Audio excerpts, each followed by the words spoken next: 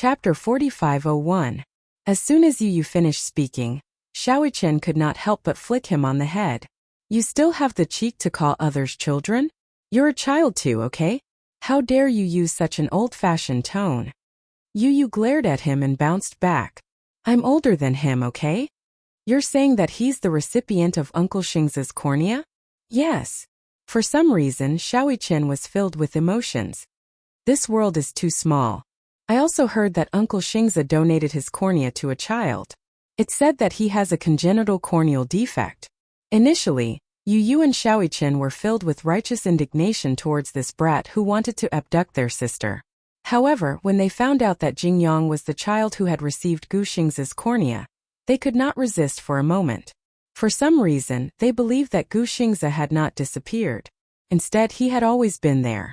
However, through the cornea donation, his life had been extended. And Jingyang was proof that he still existed. In the afternoon, Jingyang finally woke up.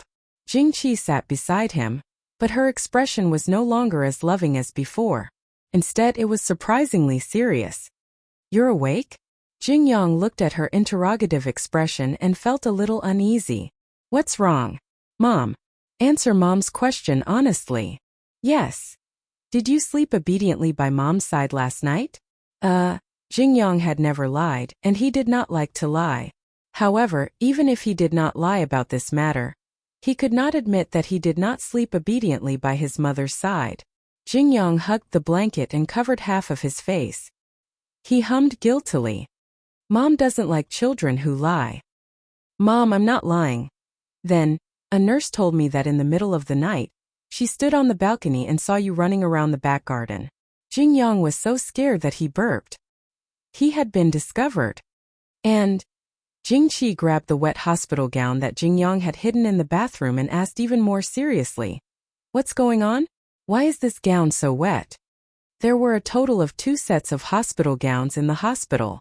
Early in the morning, Jingqi planned to wash Jingyang's hospital gown, but she couldn't find it. In the end, she found it in the corner of the bathroom, as if it had been deliberately hidden. Jingyang felt even more guilty. He hid almost all of his face under the blanket, only revealing a pair of restless eyes. No one knows a child better than his mother. Jingqi understood this child. He must have lied, but what was the purpose of lying? Also, why did he go jogging in the garden instead of sleeping well at night? Yang, answer me honestly. Where did you go last night? Did you catch a cold from playing in the garden last night? Jingyang couldn't hide it any longer and could only nod silently. Why? Jingqi was angry. Why don't you sleep obediently by Mommy's side? Because, Jingyang pouted and said sadly, I want to be sick. I want to be hospitalized. Jingqi was stunned. She had thought of countless answers, but she did not expect such an answer. Which child liked to be hospitalized, sick, and in the hospital? Chapter 4502. Jingyang lowered his head and gently moved his lips. He then confessed in a lonely manner. I want to play with little Yueyao. The nurse said that I'm about to recover and will be discharged today, but I don't want to. If I'm discharged, will I never be able to see her or play with her again? Jingqi sighed helplessly. So it was because of this? So, this idiot didn't hesitate to get wet and run around the back garden in the cold wind in order to play with Yueyao. She remembered. Yesterday, the nurse had mentioned in front of him not to be cold and not to be exposed to the cold wind. This guy knew how to apply what he learned. Jingqi asked tentatively, Do you like Sister Yueyao so much? Jingyang nodded excitedly. What do you like about her? She's so beautiful. Like a little princess. Pfft. Jingqi almost fell to the ground.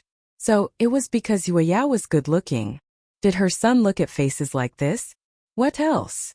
She tells me fairy tales. But you can't get sick just to play with her. Jingyang immediately lowered his head guiltily. Mom, I know I was wrong. I won't dare to do it again. Jingqi patted his head, feeling sorry for him. Don't do such a stupid thing again. Besides, even if you're discharged from the hospital, you can still play with Sister Yueyao. Jingyang's eyes widened in surprise. Really? Yes, when the time comes, Mom just needs to ask Yueyao's mother for her contact information. When you're out of school and on vacation, Mom can take you to play with Sister Yuao. Okay. But before that, you have to recuperate. First, your fever has to go down. Okay. Jingyang immediately obeyed and lay on the bed obediently like an obedient little angel. In the afternoon, Yueyao woke up from her afternoon nap. As soon as she opened her eyes, she ignored her two older brothers and asked Yun Shishir to play with Jingyang. Yu and Xiaoyichen were extremely hurt. This younger sister of his had completely ignored them. He didn't even notice their presence. Yun Shishir reminded her. Yueyao, look who's back. It was only then that Yueyao noticed Yu and Xiaoyichen, who looked extremely disappointed. He was a little surprised. You guys are back. Idiot Yueyao, did you just notice us? Yueyao smiled, revealing her white teeth. She then turned around and asked Yun Shishir. Mommy, where's brother Yang? Oh. Yu and Xiaoyichen looked at each other. They were furious. They couldn't help but worry that when Yueyao grew up and got a boyfriend, she would completely ignore her two older brothers. Xiaoyichen said, Yueyao, can't you play with your older brother? Older brother isn't fun. Xiaoyichen was indignant. Which part of him isn't fun? Yueyao pouted and didn't know what to say for a moment. Yun Shishir looked at the two little lads who were jealous of Jingyang. For a moment, she didn't know whether to laugh or cry. Yu stretched out his arms and wanted to hug Yueyao. Yueyao, let's play together, okay? Raise me high. No. Yueyao shook her head. I want to play with brother Jingyang.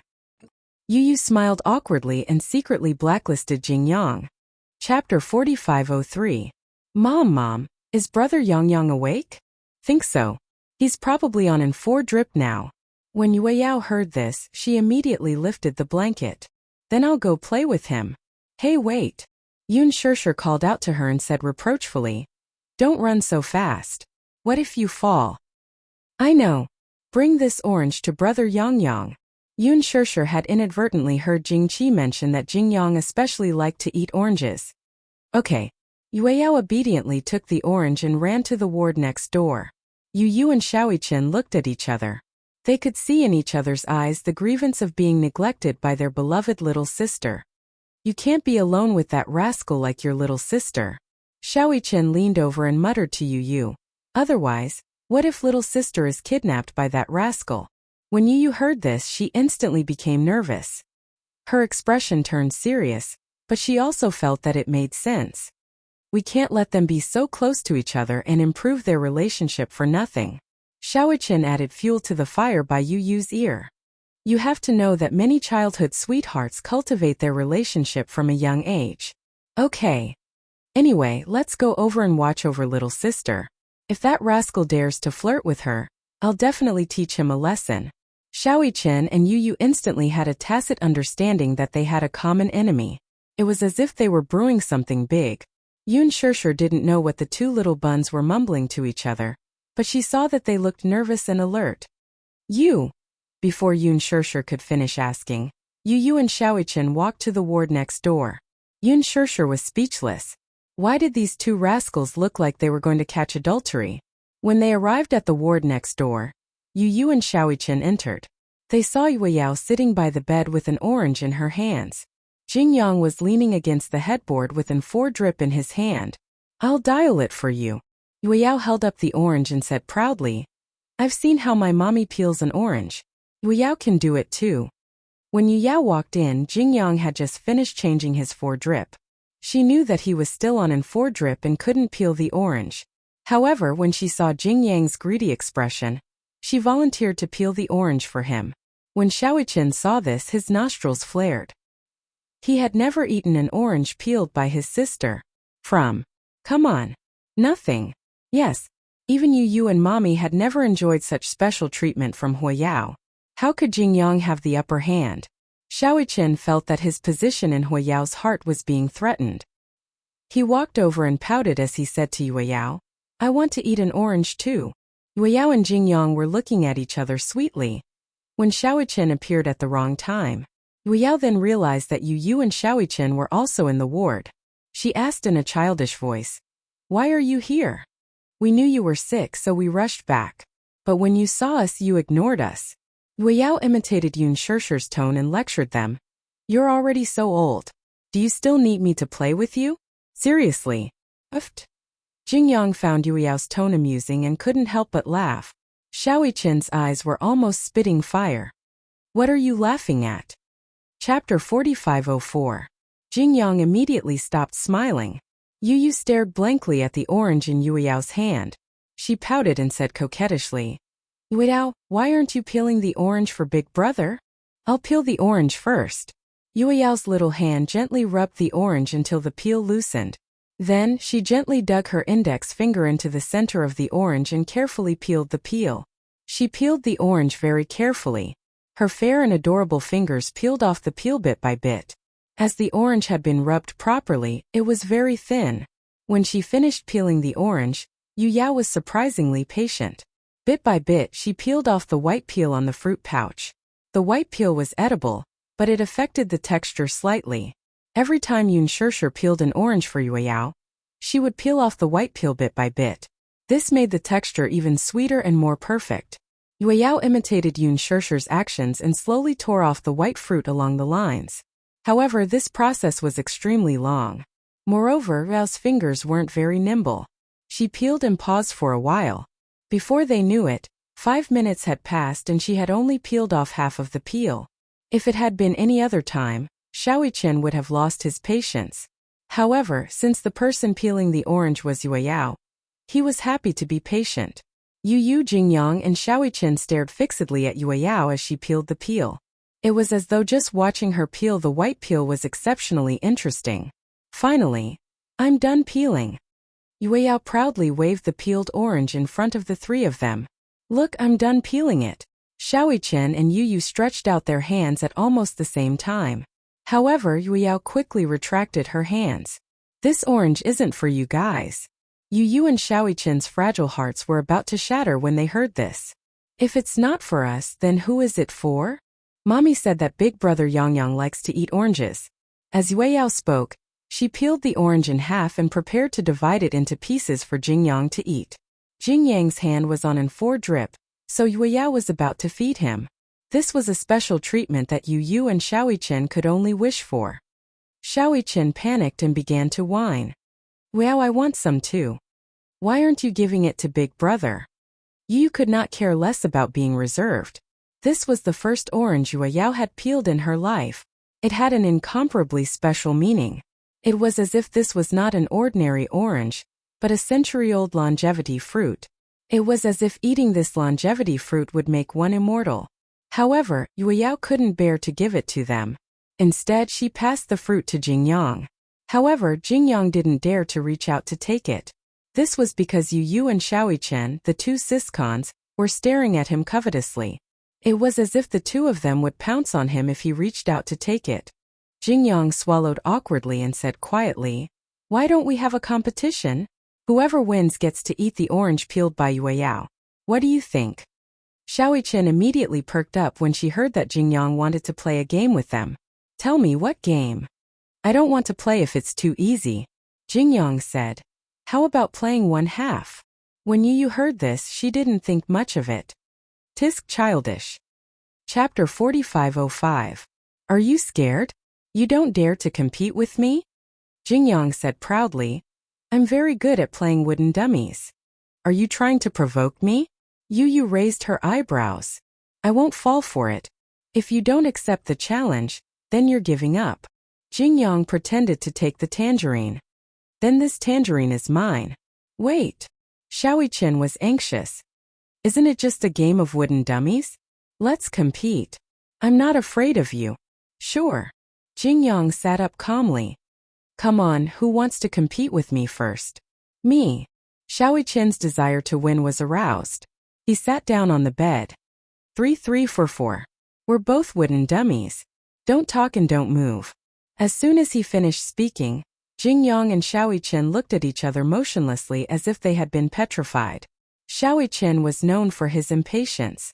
Although he was able to keep his composure at first, after a minute, his eyes suddenly became very sore and he only dared to blink gently. Yu's mouth twitched when she saw the two of them looking at such a boring game so seriously. They were playing so seriously. Moreover, when they said they couldn't move, they really couldn't move at all. This game was very simple in the beginning. As long as they didn't move, there would be no problem. However, once they sat for a long time, their necks would become sore, their shoulders would swell, and their bodies would itch terribly.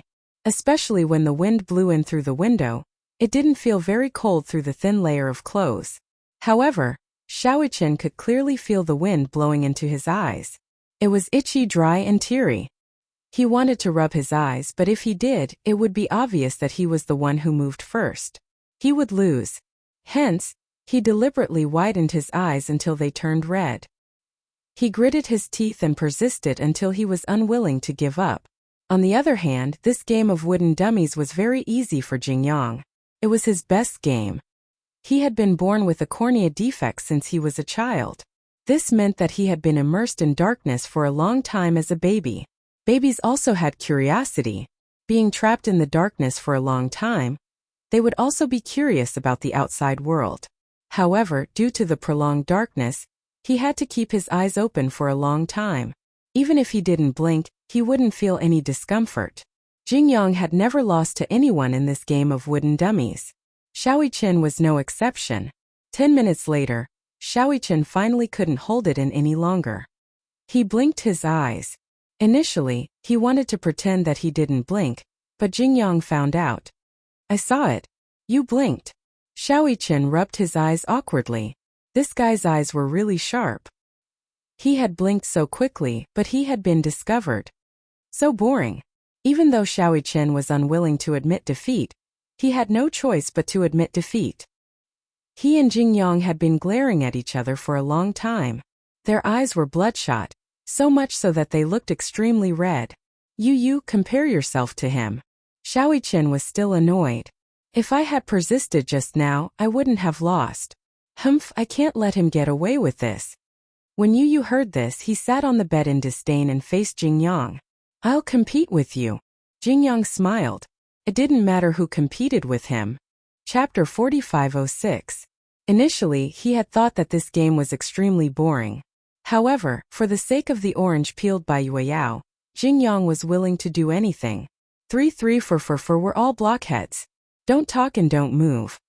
Yu and Jingyang did not move an inch after that. Xiaoqian considerately closed the window. If the window had not been open, he would not have lost so badly.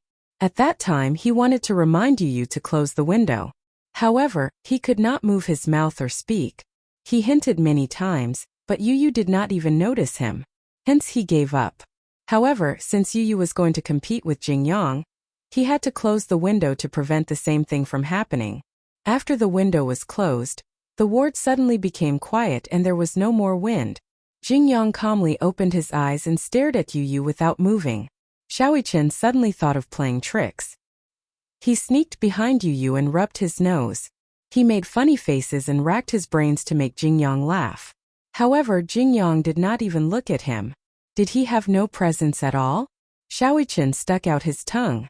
However, no matter how he tried to provoke him or make him laugh, Jingyang did not react. He only stared at Yu silently.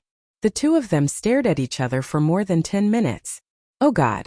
For more than 10 minutes he did not move at all.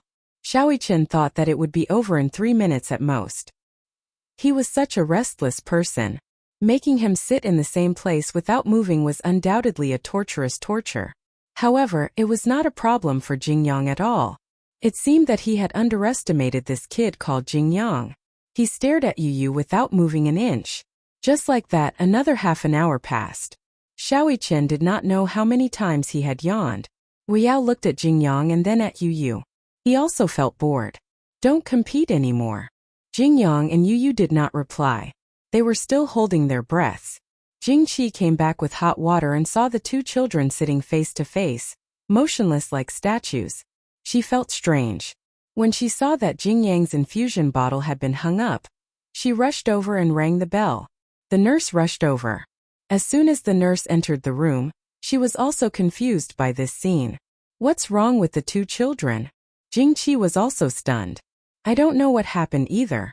When I came back with hot water, I saw the two of them sitting facing each other without saying anything. Sure. Xiaoqian reminded Jingqi not to speak. They're playing games. What game? 123 Blockhead. Whoever moves or speaks will lose. Wooden man. Jingqi didn't know whether to laugh or cry. Why are these two kids playing such a boring game? Xiaoqian explained. Whoever wins will be able to eat Yueyao peeled oranges and enjoy the treatment of a national guest. This was not an exaggeration at all. Whether it was Xiaoqian or Yueyao's first personally peeled oranges in his life was simply a luxurious national guest treatment. Otherwise, Yu, who had always been mature and steady, would not be willing to play this game with Jingyang. He was very serious. This game was too childish for him. However, for the sake of Yueyao's oranges, he did not care about his reputation. Another 10 minutes passed. Chapter 4507. Another 10 minutes passed. Yu's eyes were visibly redder and he didn't dare to blink. Jingyang wasn't any better. He stared and somehow became cross-eyed. Jingyang didn't notice it, but Xiaoqian wanted to laugh when he saw it. However, he was afraid that his laughter would affect Yu's performance. After all, laughter was contagious. Hence, Xiaoqian tried his best not to laugh. However, even though he could control himself, Yu might not be able to do the same. He and Jingyang were sitting opposite each other. Hence, he could see Jingyang's adorable cross-eyed expression. The corners of his mouth twitched slightly. He really wanted to laugh. However, he couldn't control himself anymore. Yu tried his best to control himself. Yun Shirshir rushed over. When she saw this scene, she couldn't help but walk over and scratch the soles of their feet. Wahahaha. Ha ha ha ha ha. The two little guys couldn't control themselves and were already on the verge of breaking down. Now that Yun Shirshir had scratched the soles of their feet, they couldn't control themselves anymore. Mommy. Yu regained his serious expression and turned to look at her angrily. Why are you scratching the soles of my feet? Stupid teammate. When did I become your teammate? Yun Shirshir didn't know whether to laugh or cry as she said. When I walked in, I saw the two of you staring at each other. Jingyang's eyes were almost cross-eyed. Jingyang and Yu asked in unison, who's the big-eyed one and who's the small-eyed one? At this moment the two of them seemed to have a tacit understanding.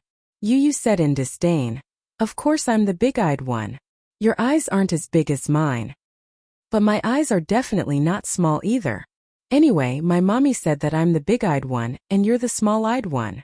Yu, who had always been cold and aloof, was angered by Jingyang and argued with him like a childish child. At the side, Yun Shirshir suddenly felt a sense of helplessness. They could even argue over such a childish question as who was the bigger eye and who was the smaller eye. Wasn't this a little too exaggerated? Yueyao held the peeled orange and was dumbfounded. When Yu saw this, he immediately walked over. His arrogant attitude towards Jingyang was gone. Instead, he gently squeezed her little paws. Yueyao, can you give the orange in your hand to Big Brother to eat? Yueyao recovered and looked at Yu before looking at Jingyang. Then she said softly, no. Not good. Not good, not good. Yu's handsome face twisted. It was as if he had been frozen. Yueyao carried the orange and walked to Jingyang's side. She smiled at Jingyang and said, this orange was originally for Big Brother Jingyang. This orange was originally for Big Brother Jingyang. This orange was originally for Big Brother Jingyang. This sentence kept echoing in Yu's ears. Jingyang took the orange in a daze.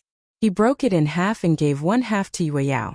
The two of them looked at each other and smiled warmly. Yu half knelt on the ground as if he had been struck by lightning. He supported himself with both hands as if he had suffered a great blow. Xiaoqian didn't know why, but when he saw Yu breaking down he wanted to laugh. Chapter 4508. He walked over, knelt on one knee, and patted his shoulder gently. It's just a tangerine. Do you have to be so dramatic? A tangerine? Yu suddenly clenched his fists and stood up. He said angrily, is this just a tangerine's problem? Xiaoqian was speechless. What other problems could there be? This is a matter of status, dumbass. Yu turned his head and looked at the two people who were having a good time. Jingyang and Yueyao were eating tangerines, laughing as they fed each other. That scene stung a certain someone's eyes. I'm going crazy. At night, Muyaja arrived at the ward. The first thing he saw was not Yueyao, who was sitting on the bed reading a comic book. Instead, he saw Yu sitting on the sofa in the corner. The reason why he noticed him at first glance was because he could feel the endless resentment coming from him the moment he entered the room. Yu Yu crossed his arms and leaned against the sofa. He looked out of the window as though he had been petrified. Who was the one who was sick? Muyaja pointed at Yu Yu and looked at Yun Shirshir. He asked in surprise. What's wrong with him? Is he sick? He seems fine. Yun Shirshir said helplessly. Your son is fine. He's not sick.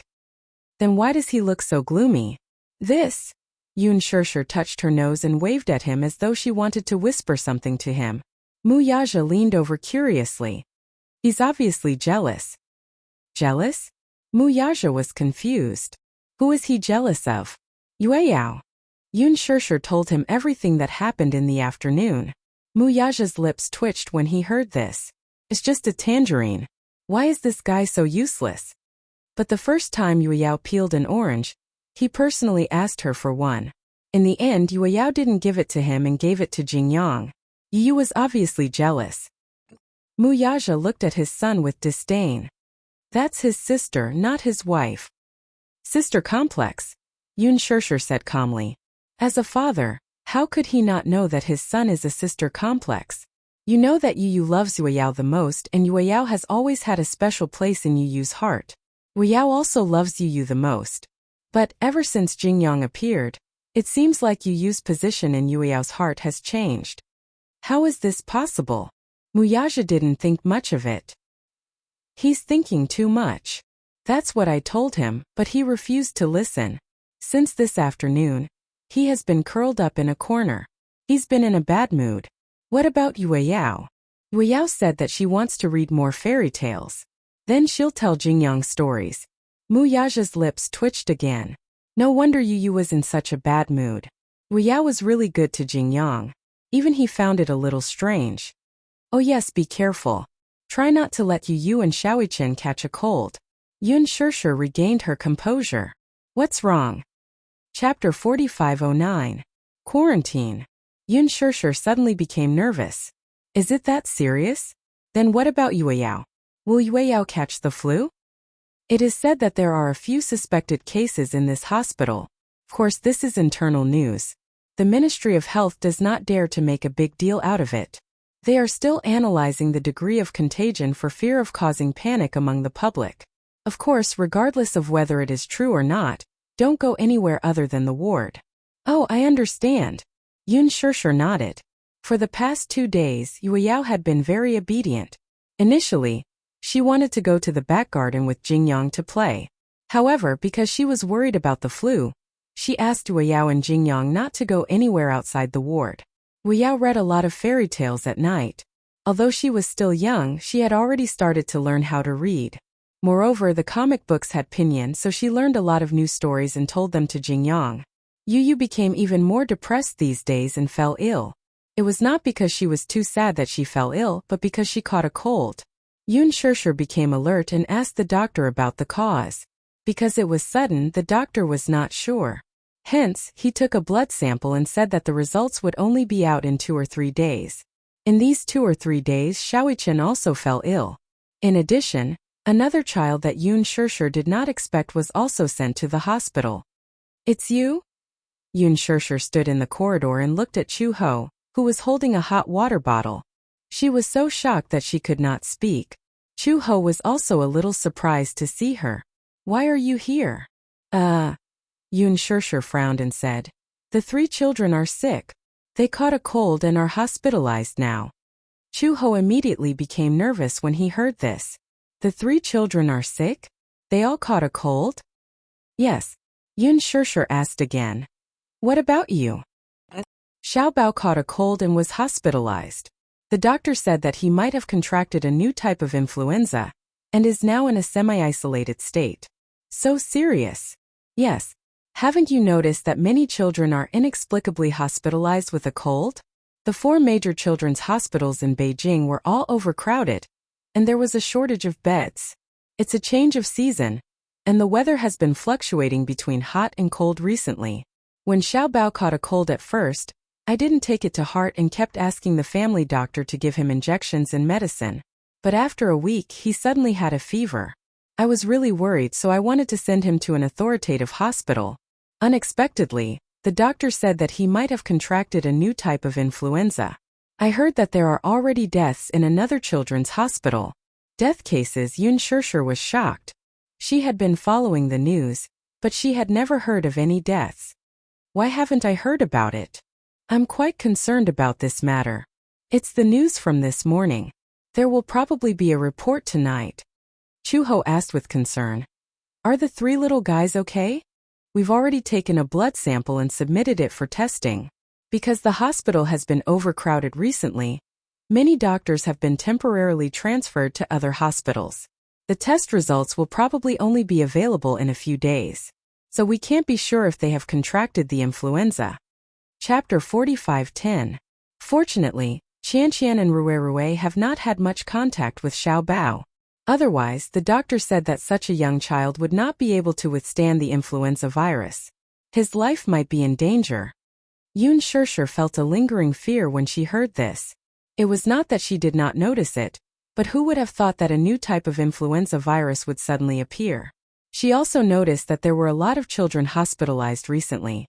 Moreover, the symptoms were surprisingly similar. They all started with a simple cold, followed by a high fever that did not subside. It would always recur. It would clearly subside, but the fever would return. No one thought that it was the flu. Lin Shi always slept in the same room as Xiao Bao, but Qianqian and Rue slept in another room. However, Chu Ho was still very nervous. He asked an authoritative doctor to take a look at him personally. After the doctor confirmed that there was no problem, Chu Ho was relieved. However, Xiao Bao is already in a state of semi-quarantine. Seems that the new type of influenza is real. We'll just have to wait for the announcement. Semi-quarantine? Yun Shirshir could not help but be curious. What do you mean by semi-quarantine? There can only be one parent watching over him. Because Qianqian and Rue are at home, he is worried, so he volunteered to stay and take care of Xiao Bao. Yun Shirshir returned to the ward, feeling a little uneasy. The ward was very big. There were a total of 4 beds. Yun Shirshir originally wanted to let Yue Yao stay in the VIP ward, but it was said that the VIP ward was already booked. Since he was already in it, it was impossible to chase him out. Therefore, Yun Shirshir let Yue Yao stay in a slightly more ordinary ward. In the end, all 3 of the 4 beds collapsed. Yu was fine. However, even Xiaoichen could not withstand it.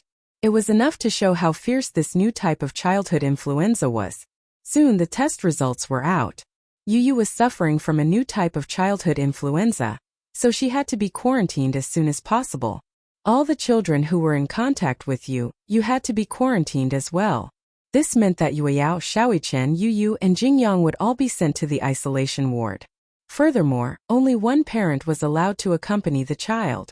Yun Shirshir was a little dumbfounded when she heard the results. The doctor and nurse hurried over and took Yue Yao and Xiaoichen's blood samples, saying that they needed to conduct further tests. Jingyang naturally couldn't escape either. He only had a common cold, but because Yue Yao and Yu were also implicated, Yun Shirshir could not help but feel guilty. She repeatedly apologized to Jingqi. Although Jingqi was worried, she didn't say anything. If it's really a new type of childhood flu, it's inevitable even if you leave the hospital. It's actually a good thing to be able to diagnose it as soon as possible. In short, let's just wait and see. Okay. The next morning, the doctor and nurse walked over and sent the 3 children to the isolation area. When she entered the isolation area, Yun Shirshir had to wear the special isolation suit provided by the hospital. She wore a blue level 2 isolation suit, a mask, and even transparent protective goggles. Yun Shirshir felt uncomfortable wearing this kind of isolation suit.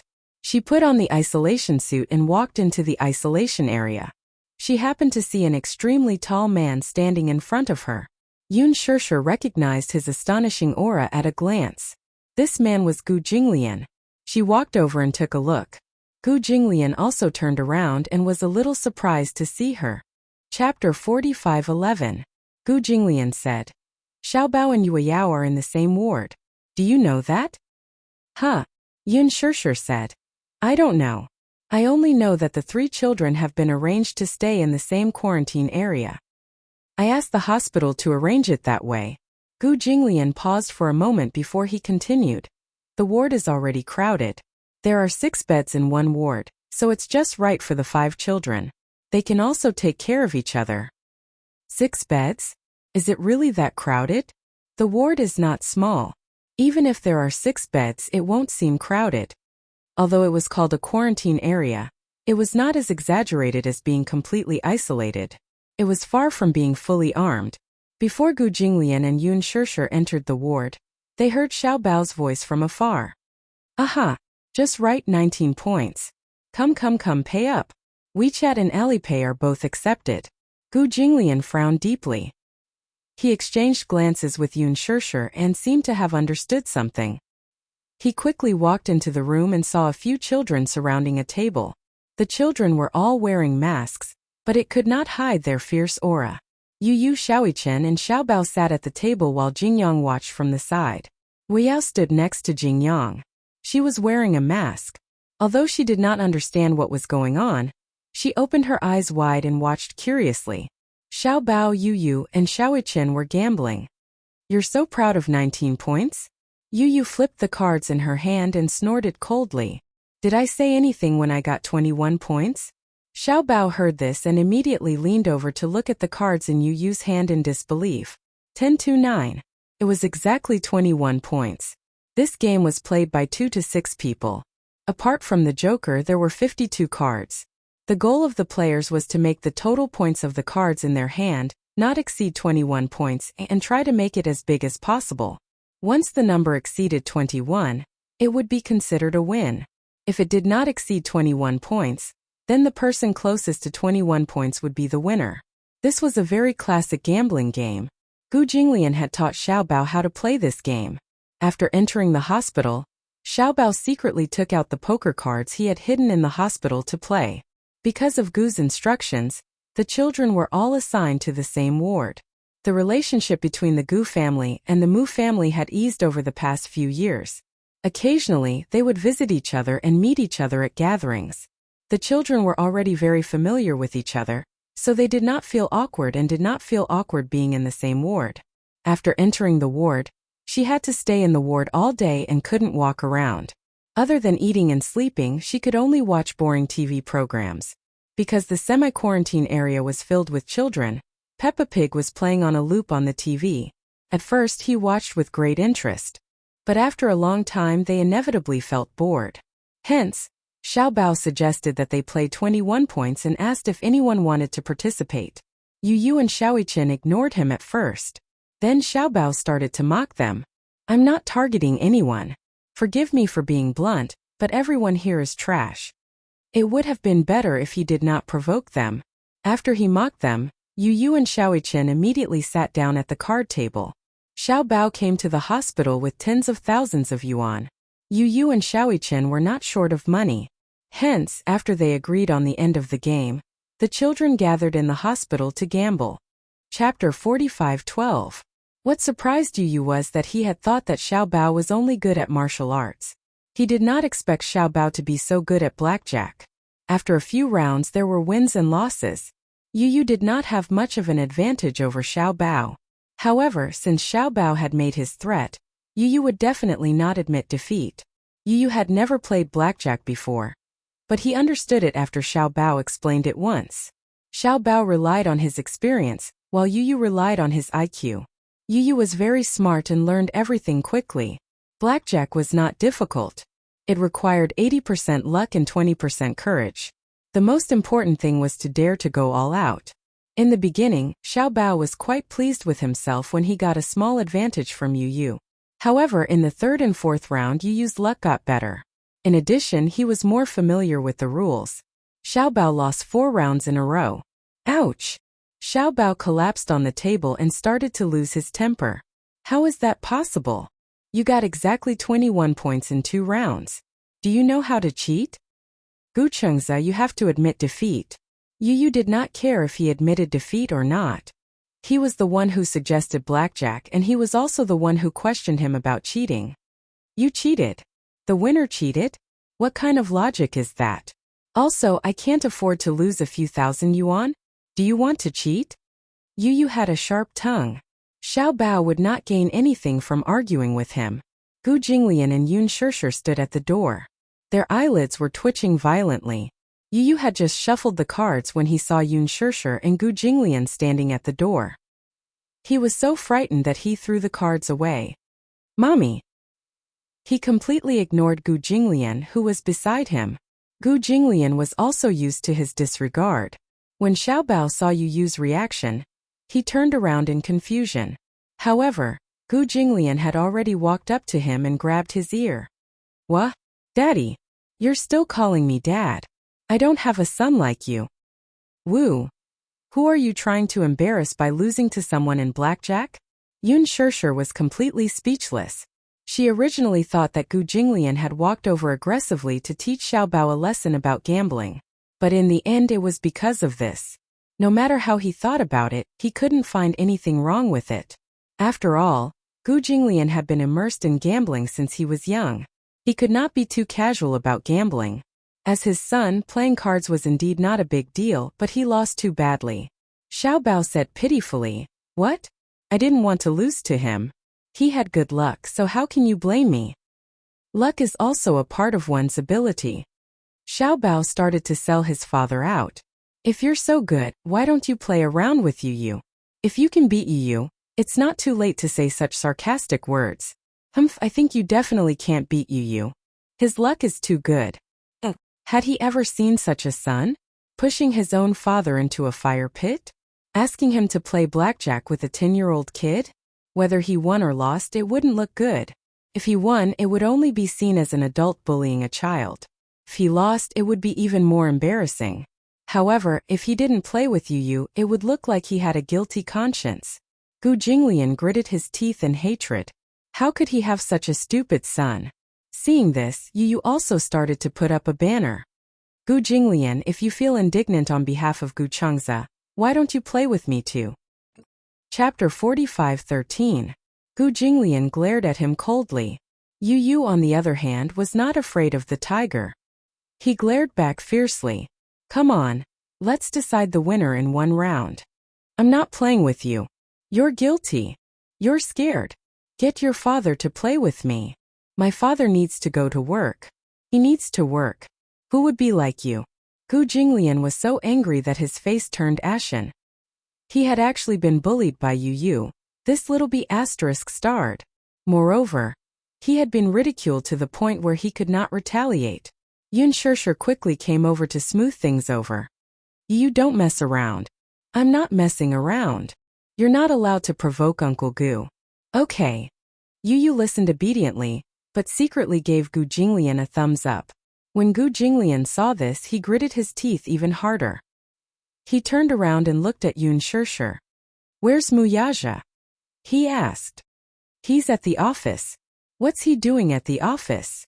"He's at work." "Come here." Gu Jinglian was obviously serious. "Tell him that his son provoked me." Why did it feel like Gu Jinglian was complaining? Half an hour later, Muyaja arrived. He had originally planned to rush over after dealing with the company's affairs. Although only one guardian could enter the quarantine area, his 3 children were in the hospital, and he was worried about being alone at home. Just then, Gu Jinglian called and said that there was something urgent. He thought that something earth-shattering had happened and hurried over. However, when he entered the ward, he saw Gu Jinglian sitting at the table with a deck of poker cards in front of him. Muyaja was stunned. What was going on? When Yu saw him, she immediately ran over and said to him, "Daddy, Gu Jinglian wants to play blackjack with you. You have to work harder. You can't lose, okay? His son's skills were not as good as mine, so he lost to me. I asked him to play with me, but he said that he would not lower himself to the same level as a child, and that it would only count if he played with you." Muyaja looked at Gu Jinglian speechlessly. "Are you a child? So childish." Gu Jinglian raised his eyebrows. "Sit." Muyaja sat down in front of the table. Gu Jinglian immediately dealt the cards, 1 open card and 2 hidden cards. 1 round to decide the winner. "Wait." Muyaja frowned. "You want to play blackjack with me? What is it?" "I won't." Muyaja said. "I rarely play cards." Gu Jinglian said. "Your son knows how to play blackjack. And you're telling me you don't? Who are you lying to? Muyaja said innocently. I really don't know how to play. Do you think I'm you? Gu Jinglian was speechless. He deeply suspected that Muyaja was pretending to be a wolf in sheep's clothing. How could he not have come into contact with Blackjack? Then what do you know? Muyaja said. If it's two people, I'll play catfishing. Catfishing? Yu leaned over curiously. Daddy, you really don't know how to play? Muyaja lowered his voice. I've played before, but I forgot the rules. You're such a scammer. Who would be happy to play blackjack with him? Who is he? He grew up in the casino. You can't afford to offend him. The president of Xingyu Financial Group was actually scared. Yu despised him. Daddy, you're such a coward. Muyaja didn't think much of it. So be it. Daddy doesn't earn money to gamble. It's to support the three of you. These words were very pleasing to Yu's ears. Why was his daddy so virtuous? Chapter 45:14. Gu Jinglian snorted coldly. Are you a sore loser? That depends on what you're betting on. Muyaja suddenly leaned closer and said meaningfully, if you want to bet, why don't you bet on something big? I'm quite interested in the Gu family mansion. Why don't you use the Gu family mansion as your capital? Gu Jinglian's gaze sharpened. This Muyaja was quite good at speaking without thinking. The Gu family mansion. Every inch of that land was worth a fortune. It had been preserved for hundreds of years, and every brick was worth a fortune. Even the Cultural Relics Bureau had estimated the price of the carvings on the eaves. This piece of land was worth half of the Gu Corporation's shares. It was a mansion that was more expensive than a courtyard house in the capital. Why? You can't bear to part with it? Are you feeling guilty? Muyaja mocked expressionlessly. It seems that President Gu is not so sure about winning. His provocation was only because he had set his sights on the Gu family's main residence. If Gu Jinglian was willing to take out the Gu family's residence as a bet, Muyaja would really be willing to follow the bet and give it his all. Get lost. Ha! Yun Shirshir was speechless. Why are the two of you acting like children? So childish. Muyaja complained to his wife innocently. Madam, he provoked me first. Even in front of Gu Jinglian, Muyaja showed his true colors of a henpecked husband. Gu Jinglian said coldly. It seems that President Mu is also a henpecked husband. He's usually swift and decisive in business, but in private, he's actually so afraid of his wife. Muyaja raised his eyebrows and glanced at him. Oh, so you're saying that President Gu has a high status in the family? Gu Jinglian's lips twitched and he said indignantly, I have the highest status in the family. Dad, you're lying. Xiao Bao, who was at the side, mercilessly exposed a certain someone. At home, Daddy clearly listens to Mommy. Puhahaha. The group of kids fell on the bed laughing. Gu Jinglian's face could not be any darker. Yu teased Gu Jinglian even more. Oh my god. Gu Jinglian, the dignified Gu Jinglian, has actually become a slave to his wife. I also heard that Auntie Chuho's status in the Gu family seems to be higher? Of course. Xiao Bao said proudly. No matter how big or small the family is, Mom makes more decisions. Dad wanted to fight for his position at first, but he failed in the end. Gu Jinglian couldn't take it anymore and punched him mercilessly. Sometimes she really wanted to slap Xiao Bao to the wall, the kind that couldn't be pulled down. How could he trick his own father like that? Ever since he was young, he didn't have any other skills, but his ability to tear him down was not small. Xiao Bao hid behind Yun Shirshir and pointed at Gu Jinglian as he complained. Dad, you're using domestic violence. I'm going to become an idiot because of you. It's best if you become an idiot. Dad will take care of you for the rest of your life. It was better to be an idiot than to have such a ridiculous setting. Yun Shirshir tried so hard to hold back her laughter that her stomach hurt. However, she really couldn't tell that Gu Jinglian had such a low status in the family. This didn't seem like his style of doing things. Beside them, Jingyang said quietly, Why do I feel that our ward is different from the other wards? The group looked at him and asked, What do you mean? This morning I heard someone crying in the ward next door. I feel that many wards in the quarantine area are lifeless, but our ward is a little special. Chapter 45:15. Rather than saying that it was special, it was more like the flu wasn't a big deal at all. This was a flu that could kill people. When Jingqi found out that he was going to enter the quarantine zone, she hugged Jingyang and cried once. After arriving at the quarantine zone, Jingyang was originally depressed. However, when he met Yu and Xiaoyichen, this pair of clowns, he couldn't be depressed even if he wanted to. Xiaoyichen lay on the hospital bed in a daze and said disapprovingly, "What's the big deal about a flu virus? I've seen all kinds of things and I've gone through life and death with Yu several times. It's just a flu virus." Everyone looked at him. However, Xiaoyichen's retribution soon came. The next day, Xiaoyichen's condition took a turn for the worse. His high fever didn't subside. He had a strong constitution since he was young and rarely fell sick. However, his fever suddenly rose to 39.8 degrees Celsius. Yun Shishir and Muyaja only went back at night. When they came back the next day, Xiaoyichen was lying limply on the bed and couldn't move at all. He had paid the price for his big words yesterday. For some reason, Yu looked at Xiaoyichen, who was lying limply on the bed with his eyes half closed and a thermometer in his mouth. It was clearly a very serious matter, but she felt like laughing. Did Xiaoyichen's words yesterday count as setting a flag? In the morning, the news broadcast on the television reported a few cases of illness. There was a death in the hospital affiliated to Southwest University of China. Furthermore, the flu virus this time had already spread around the world. The World Health Organization had already named the flu virus shaman. According to research, it should have originated from a person who ate sick pork that died from the coronavirus and had a high fever that didn't subside, leading to pneumonia. The virus was spread through the air. However, the virus had to pass through many levels of immune protection in the body. Adult immunity was stronger, but children's immunity was weaker. Therefore, the flu this time was more common among children. The flu virus would stay in the body for a period of time. Simply put, if the person didn't survive the high fever and subsequently develop pneumonia, it would be fatal. If they survived the fever and didn't have any major problems after a period of observation, they would have a preliminary immunity to the virus and would not be infected again. However, Xiaoyichen's sudden collapse caught everyone off guard. Xiaoyichen had a good physique. Muyaja had said that he rarely fell sick when he was young and rarely caught a cold. He had been in good health since he was young. No one had expected him to fall sick all of a sudden. The doctor explained that whether it was a child or an adult, it was not a good thing to be sick often or not. They often fell sick because their bodies were weak, but if they didn't fall sick for a long time, the body's antibodies would become less and less.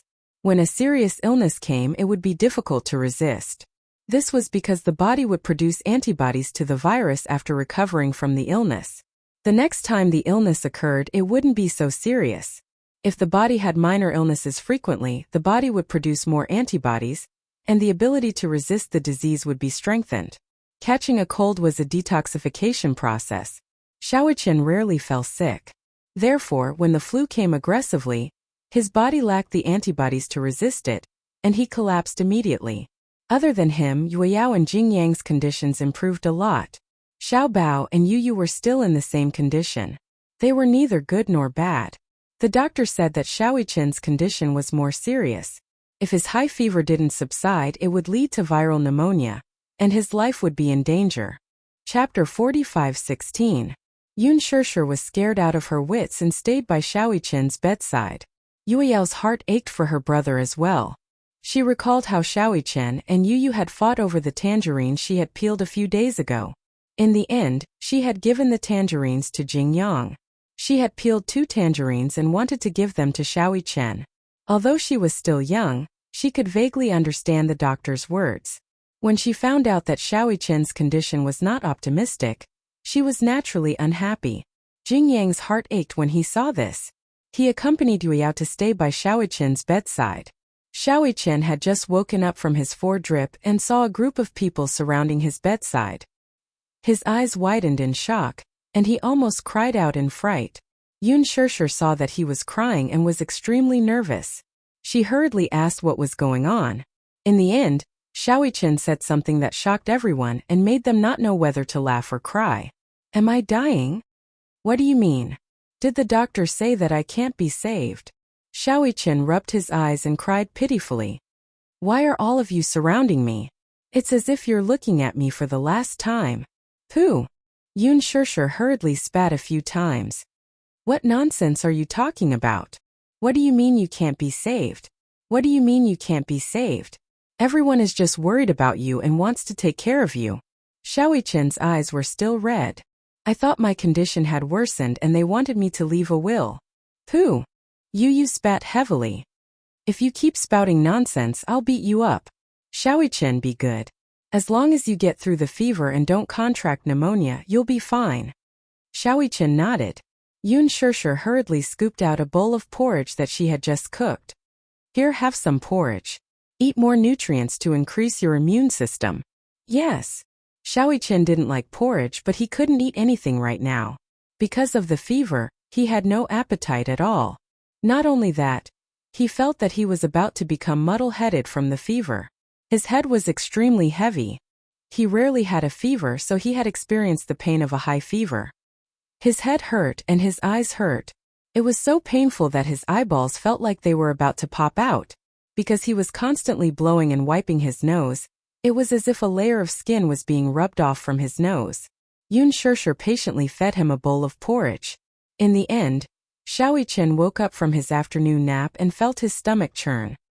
He threw himself into the trash can beside the bed and vomited. The porridge that he had eaten in the morning was all vomited out in the afternoon. After vomiting, he collapsed onto the bed as if he had lost all his strength. His stomach acid churned, and he felt so uncomfortable that tears fell from his eyes. Yun Shirshir's heart ached as she watched from the side. When had Xiaoichen ever suffered like this? She couldn't help but recall Yu's childhood. She had also suffered like this in the hospital. She wished that she could take Xiaoichen's place and suffer like this. Because Xiaoichen had collapsed, the atmosphere in the ward became much heavier. The entire quarantine zone fell into a gloomy atmosphere. Everyone was on tenterhooks, afraid that they would be the first patient to die in the quarantine zone of the hospital. Outside the ward, the doctors and nurses were wearing protective clothing as they paced back and forth. At such a time, such a scene was inexplicably terrifying. Xiaoichen didn't allow Yueyao to lie beside his bed, because he was worried that she would pass the flu to her. Chapter 45:17. Yun Shirshir also felt sorry for Xiaoichen. But she was also worried that Yueyao would be worried about her brother. Therefore, she asked her to wear a thicker mask. Xiaoichen was on an 4 drip for 2 consecutive days, and his condition kept fluctuating. One moment, his temperature would drop to 37 degrees, and at night it would reach nearly 40 degrees. His entire body would be hot, and in the end he would become delirious. Yun Shirshir had not slept well for a few days. Muyaja felt sorry for her, and suggested that she go home to get some sleep. She was unwilling, but in the end Muyaja forced her to go home. She had not slept for a few days. Staying up all night would also affect her immune system. In addition, Yun Shirshir had a delicate and weak body, so Muyaja was still worried. After Yun Shirshir went home, he was responsible for taking care of the 3 little guys. In the past, Muyaja would definitely not be able to take care of himself. The 3 little guys would definitely make a mess. However, ever since Yun Shirshir was pregnant with Yueyao, he had to take care of everything from the pregnancy to the delivery, to the confinement and breastfeeding period. Who was born to do housework and take care of babies? Wasn't it all acquired through training? When Yueyao grew up, Muyaja also had the ability to take care of babies. When he took care of babies, he was not inferior to a top nanny. However, on the other hand, Chuho had to take care of the 2 little guys. They had just been weaned and their immune system was too weak. If she went to the hospital too often, she would have to be isolated from the 2 little guys. Therefore, the heavy responsibility of taking care of Xiaobao fell on Gu Jinglian's shoulders.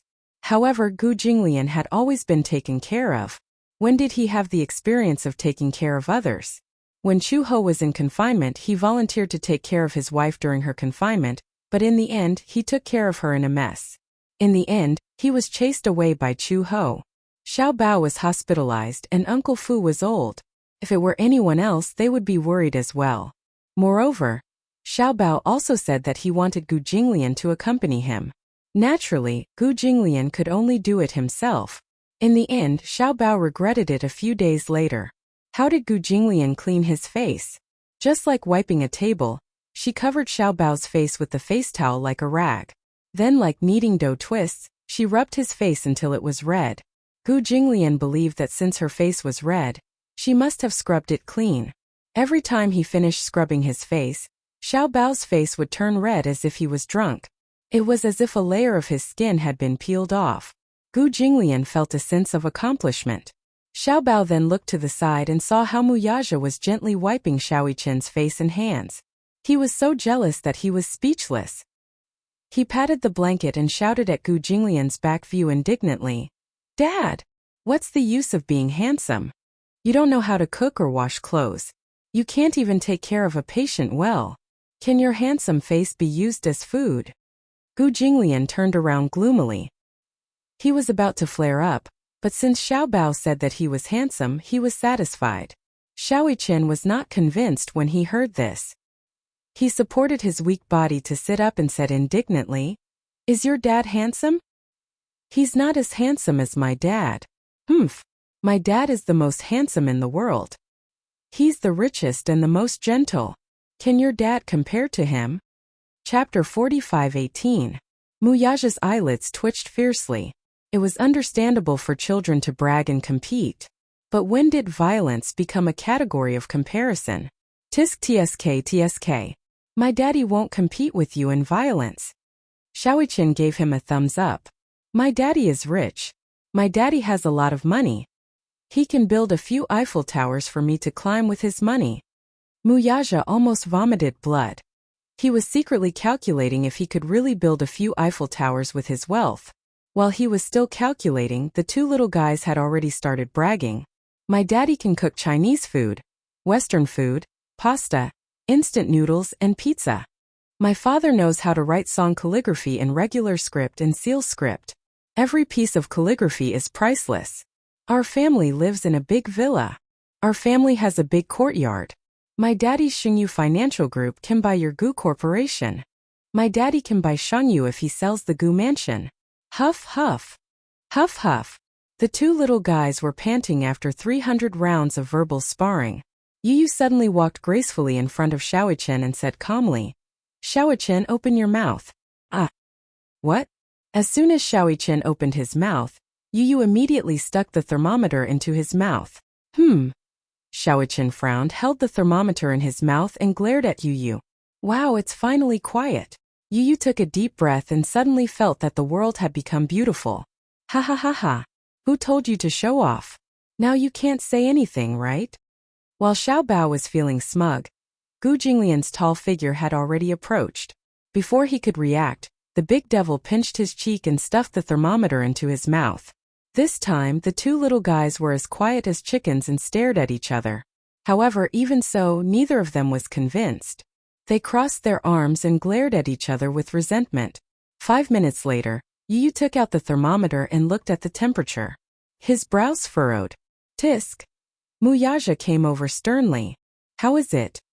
"The temperature has risen again." Yu showed the thermometer to Muyaja.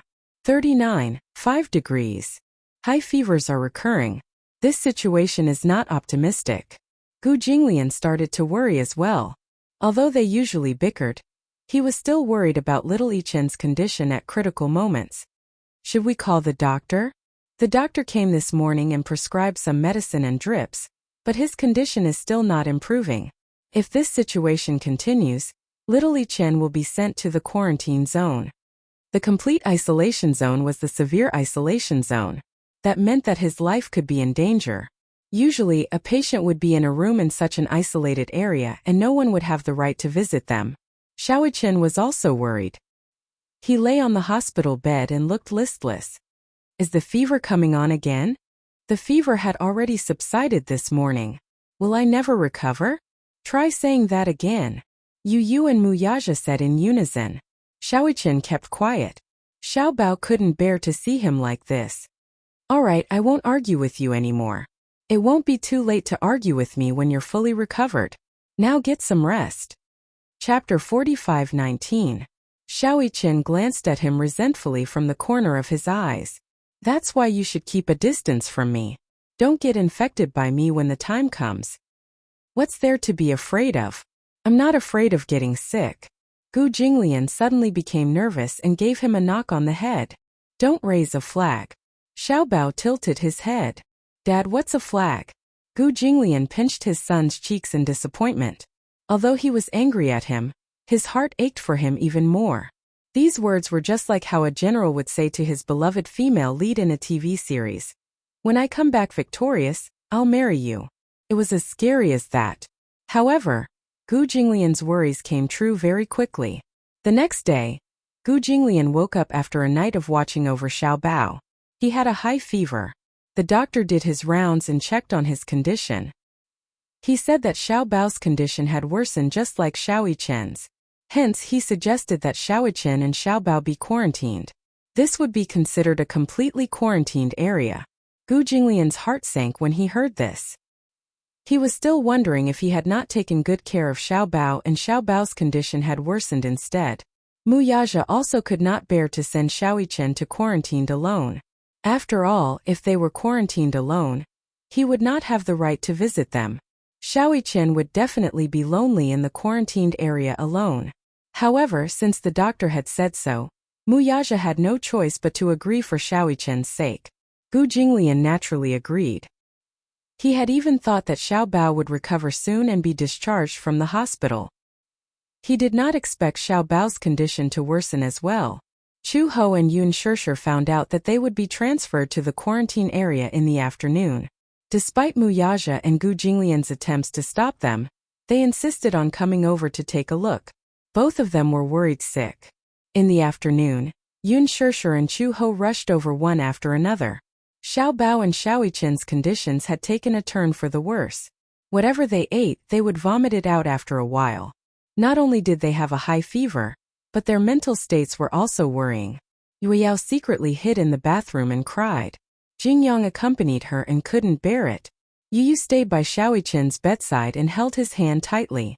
Although he usually found this older brother annoying, Xiao Yichen was in a critical situation. No matter how strong he was, he couldn't help but cry. Even though he was seriously injured, he endured it and didn't cry. Facing the extremely weak Xiao Yichen, Yu couldn't hold back his tears anymore. He clenched his teeth and covered his face as he cried secretly. Xiao Yichen could only open his eyes and look at him. He didn't even have the strength to speak. He wanted to raise his head and hold Yu's hand to comfort him and tell him not to worry, but he didn't even have the strength to speak. Xiao Bao's condition wasn't any better. He was much more delicate than Xiao Yichen to begin with.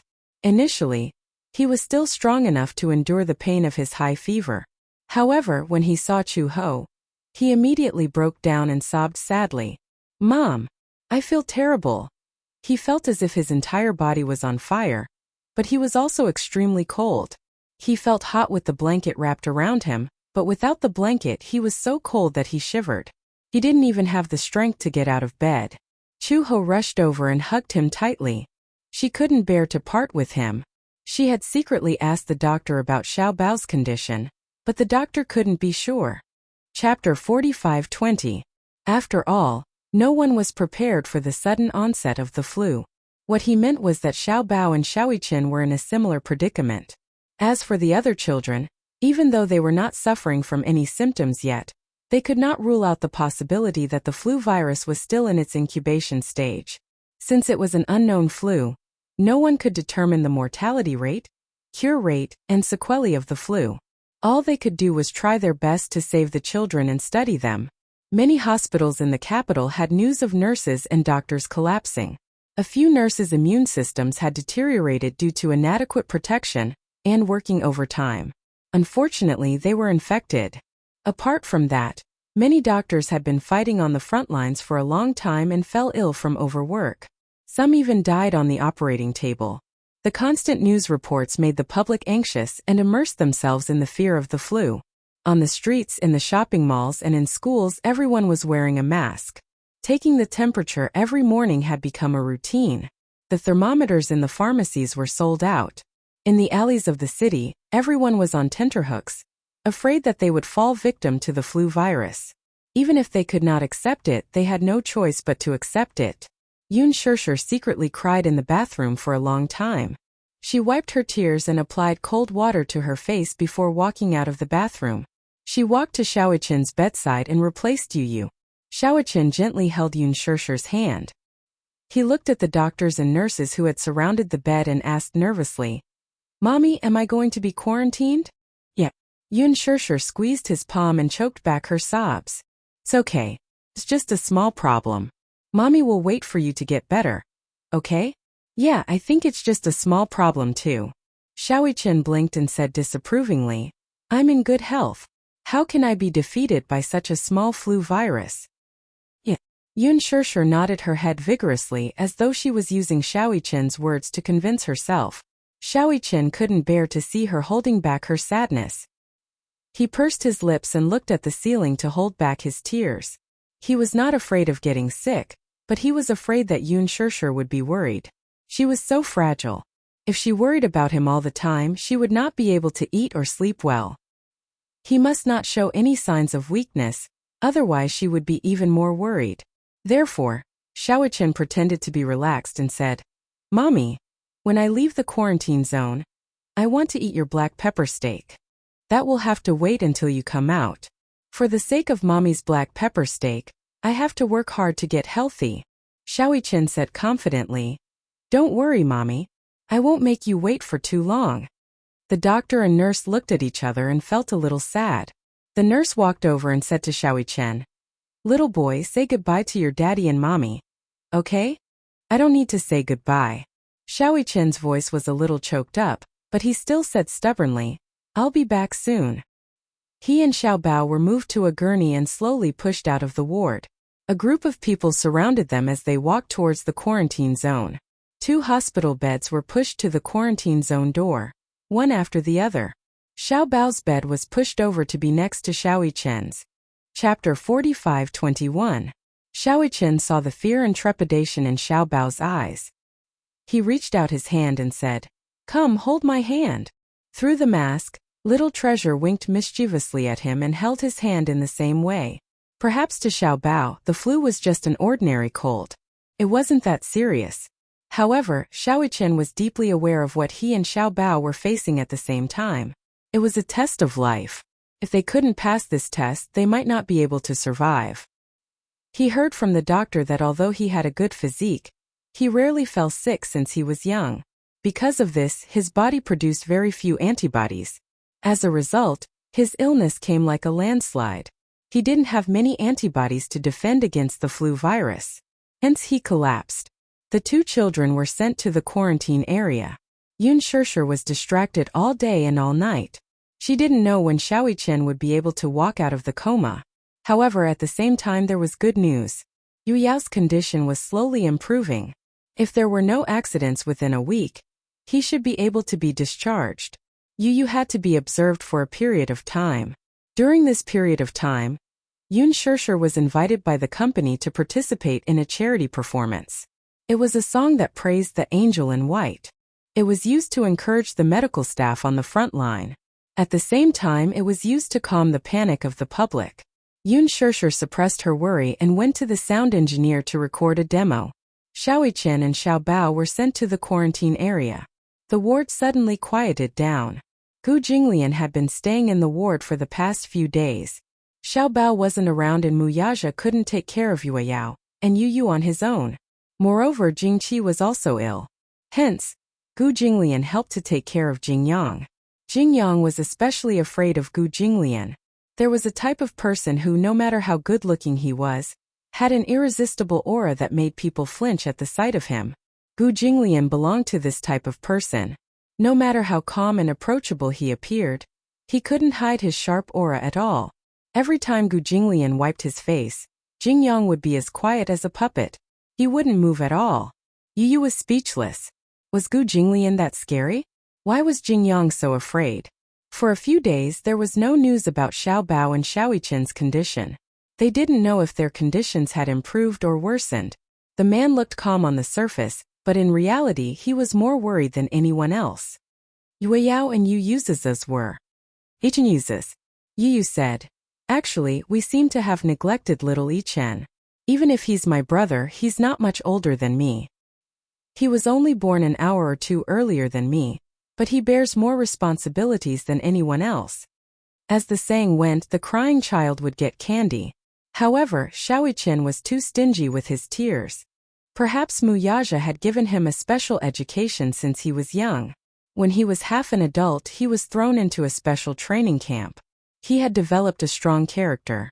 No matter how wronged he was, he wouldn't cry easily. In front of Yu, he also relied on his identity as Yu's elder brother. He took care of Yu just as much as Muyaja and Yun Shirshir. He was very attentive. Chapter 45-22. In Yun Shirshir's heart, a bowl of water was not full. In addition, Yu had always been weak, so she focused on Yu and ignored Xiaoqian's needs. Xiaoqian also rarely asked for any conditions because he felt that as an older brother, he should be more sensible and not act like a spoiled child. It was because he did not fight for anything, and did not even act like a spoiled child. This made it easier for people to overlook his desires. The more sensible a child was, the easier it was for people to forget that he was still a child. Xiaoqian was only a little over 10 years old. Like Yu, he also had times when his immune system was weak. At such a time, Xiaoqian still had a youthful sense of heroism. Yun Shirshir was restless all day. Although Muyaja maintained his composure on the surface, only God knew how worried he was. Compared to them, Gu Jinglian was much calmer. Even though Chu Ho came to the hospital later and wanted to visit and was rejected, she was much calmer than Yun Shirshir. Even though Xiao Bao was now in the quarantine area, which was equivalent to the intensive care unit, not just anyone could visit him. She also thought optimistically that being quarantined would only be temporary. Children who liked to smile would have good luck. Xiao Bao would definitely get better. It had to be said that emotions could be infectious. Chu Ho's strength and optimism also infected Yun Shirshir. Yun Shirshir finally pulled herself together. When Yun Shirshir pulled herself together, Muyaja naturally calmed down a lot. However, it was impossible to say that she was not worried about Xiao Bao at all. Chu Ho refused to leave the hospital. The two little guys had already been entrusted to Uncle Fu's mother. She insisted on staying in the hospital and waiting for Xiao Bao to come out of the quarantine area. She usually helped Yun Shirshir take care of the children. With her and Gu Jinglian around, the burden on Muyaja and Yun Shirshir was much lighter. One time when they were free, Yun Shirshir couldn't help but ask curiously, "Chu Ho, aren't you worried about Xiao Bao?" "Not worried. How could he not be worried? I will only be more worried than you. But you seem to be much calmer than me." When Chu Ho heard this, he smiled and said, "What else can I do? Am I supposed to panic and not choose a path? Xiao Bao is in the quarantine zone. He must miss me a lot. The only thing I can do every day is to call him and hear him tell me that he's safe. It was because I wanted to cheer him up that I had to be spirited. Emotions can be contagious. Only when I show confidence can I make him believe that his illness is just a minor illness and maintain a positive attitude." When Yun Shirshir heard this, she nodded and said, "I also want to encourage Xiaoqian. However, it seems like I'm the one who needs more encouragement. A mother is strong. A mother is the child's biggest reliance. However, Shirshir, you are already very strong. Don't worry, everything will be fine." Chu Ho patted her shoulder gently. Yun Shirshir was already stronger than she had imagined. If her children were quarantined, she would not be able to be so calm. In fact, in the quarantine area, Xiaoqian's condition was not very good. He was originally the strongest one, but in the quarantine area, he was critically ill. Because of his high fever, he contracted viral pneumonia. Viral pneumonia could be understood as the late stage of influenza. Chapter 45-23. Xiaoqian also knew that his condition was getting worse. Every time he saw the medical staff enter the ward fully equipped to take care of him, give him injections and infusions, and put on more and more masks, he gradually understood that his condition was not as optimistic as he had imagined. However, he did not want Yun Shirshir to worry. Even though he had a high fever and was dizzy, he still managed to stay awake and talk to her for more than 10 minutes. Once, after hanging up the phone, he fainted and was on the verge of going into shock due to exhaustion. In the end, the medical staff used a pacemaker to pull him back from the jaws of death. He did not dare to say anything about all this. "What? The flu is raging all over the world?" Hua Jin held Alice's shoulder anxiously.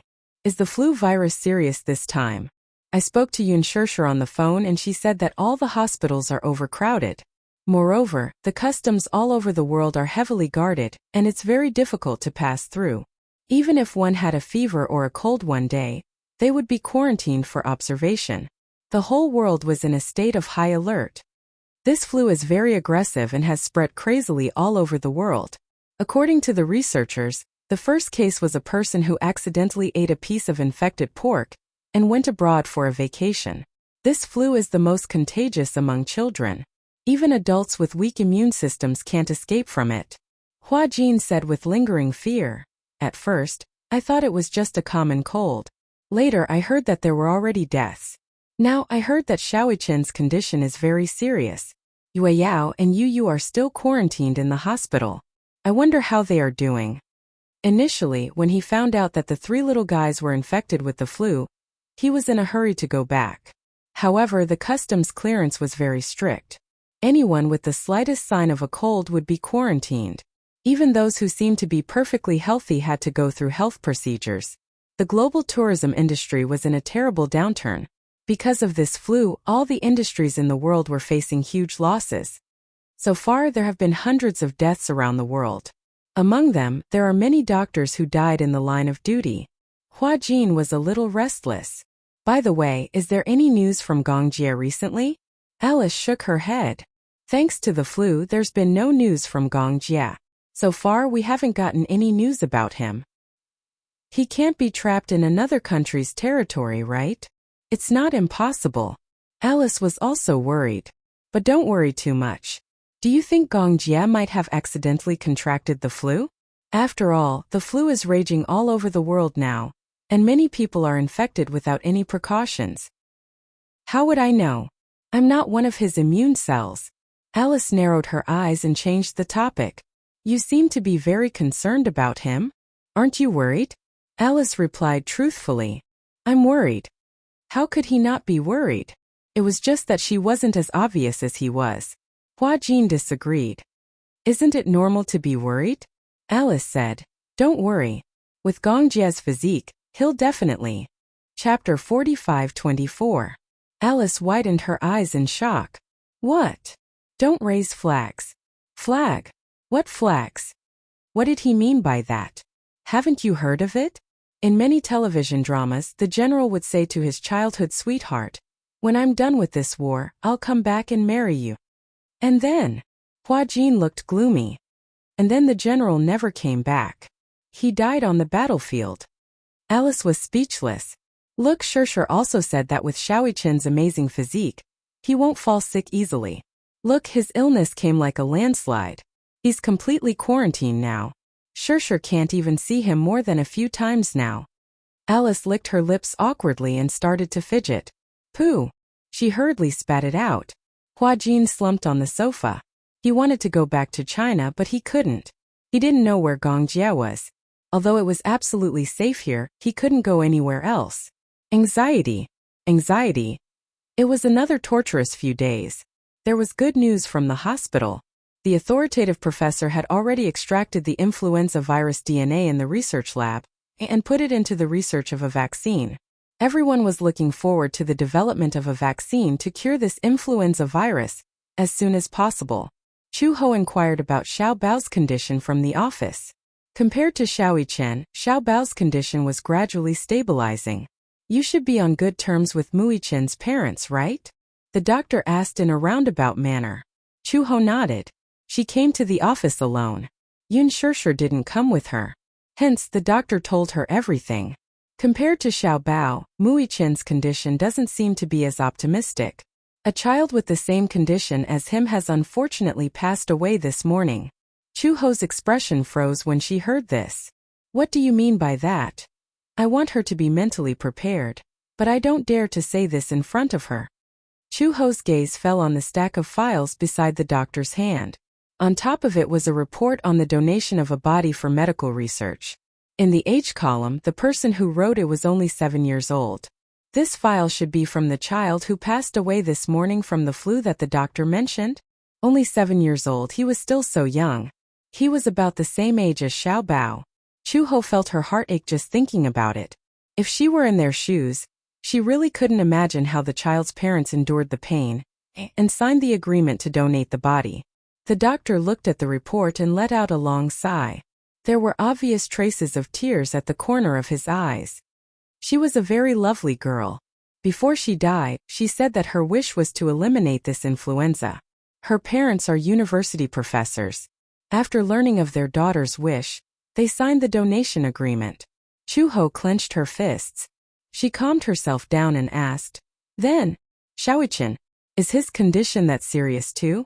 The doctor replied truthfully, "Yes, it's much more serious than this." What?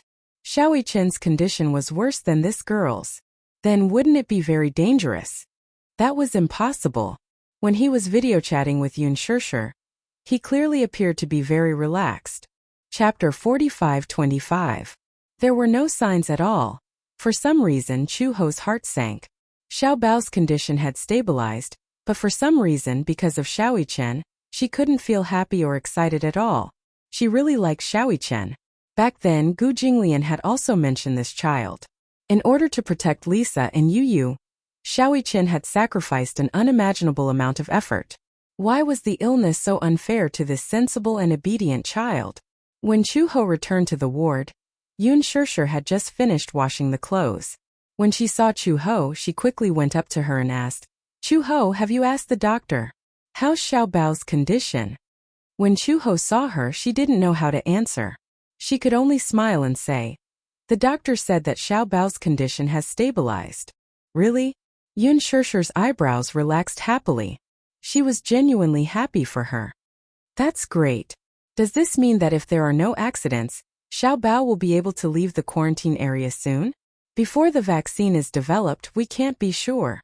If he hasn't fully recovered, he can't leave the quarantine area. Then at least this means that Xiao Bao's condition is much better. Yun Shishir asked again, "Did the doctor say anything about Xiaoyi-chan's condition?" Chu-ho was speechless. Her expression suddenly darkened. She was someone who couldn't hide her thoughts. When Xiaoyi-chen was mentioned, her expression turned ugly. When Yun Shishir saw this, she immediately guessed something. She asked tentatively, "The doctor said that Xiaoyi-chan's condition isn't very optimistic, right?" "Yeah. What's the situation?" Yun Shishir grabbed her hand and said, "Chu-ho, tell me the truth." "Shishir, I don't want to hide it from you. Xiaoyi-chan's condition is critical. His condition is more serious than you think. There's a little girl who just this morning, her parents signed the agreement to donate her body. Xiaoyi-chan's condition is much worse than hers. Even the doctors are impressed. Perhaps it's because of his strong willpower that he's able to hold on until now." Before Chu-ho could finish his words, Yun Shishir's eyes widened and tears rolled down her cheeks. When Chu-ho saw this, he was even more at a loss. "Shishir, I didn't want to tell you at first, but I hope that you're mentally prepared. Nobody wants the worst to happen, but I can't hide anything from you." Yun Shishir lowered her head and wiped her tears with the back of her hand. It's okay. I asked you to tell the truth." But even though she was comforting him like this, his tears still flowed even more violently. Yun Shishir choked a little and said, "That's impossible. Xiaoyi-chen and I video call each other every night. He seems very optimistic when I see his condition. I even thought that he would recover soon. I've already made plans to get him out of the hospital." Chu-ho sighed and said, "That's because he didn't want you to worry. Actually, he knows his own condition best. I heard that there was one time when he went into shock after hanging up the phone because he was exhausted. He had to use a pacemaker to pull him back." Yun Shishir became nervous. "Should I not video call him every day?" "Shishir, sit down first." When Chu-ho saw Yun Shishir's helpless expression, his heart ached terribly. Yun Shishir was extremely disappointed. Chapter 45-26.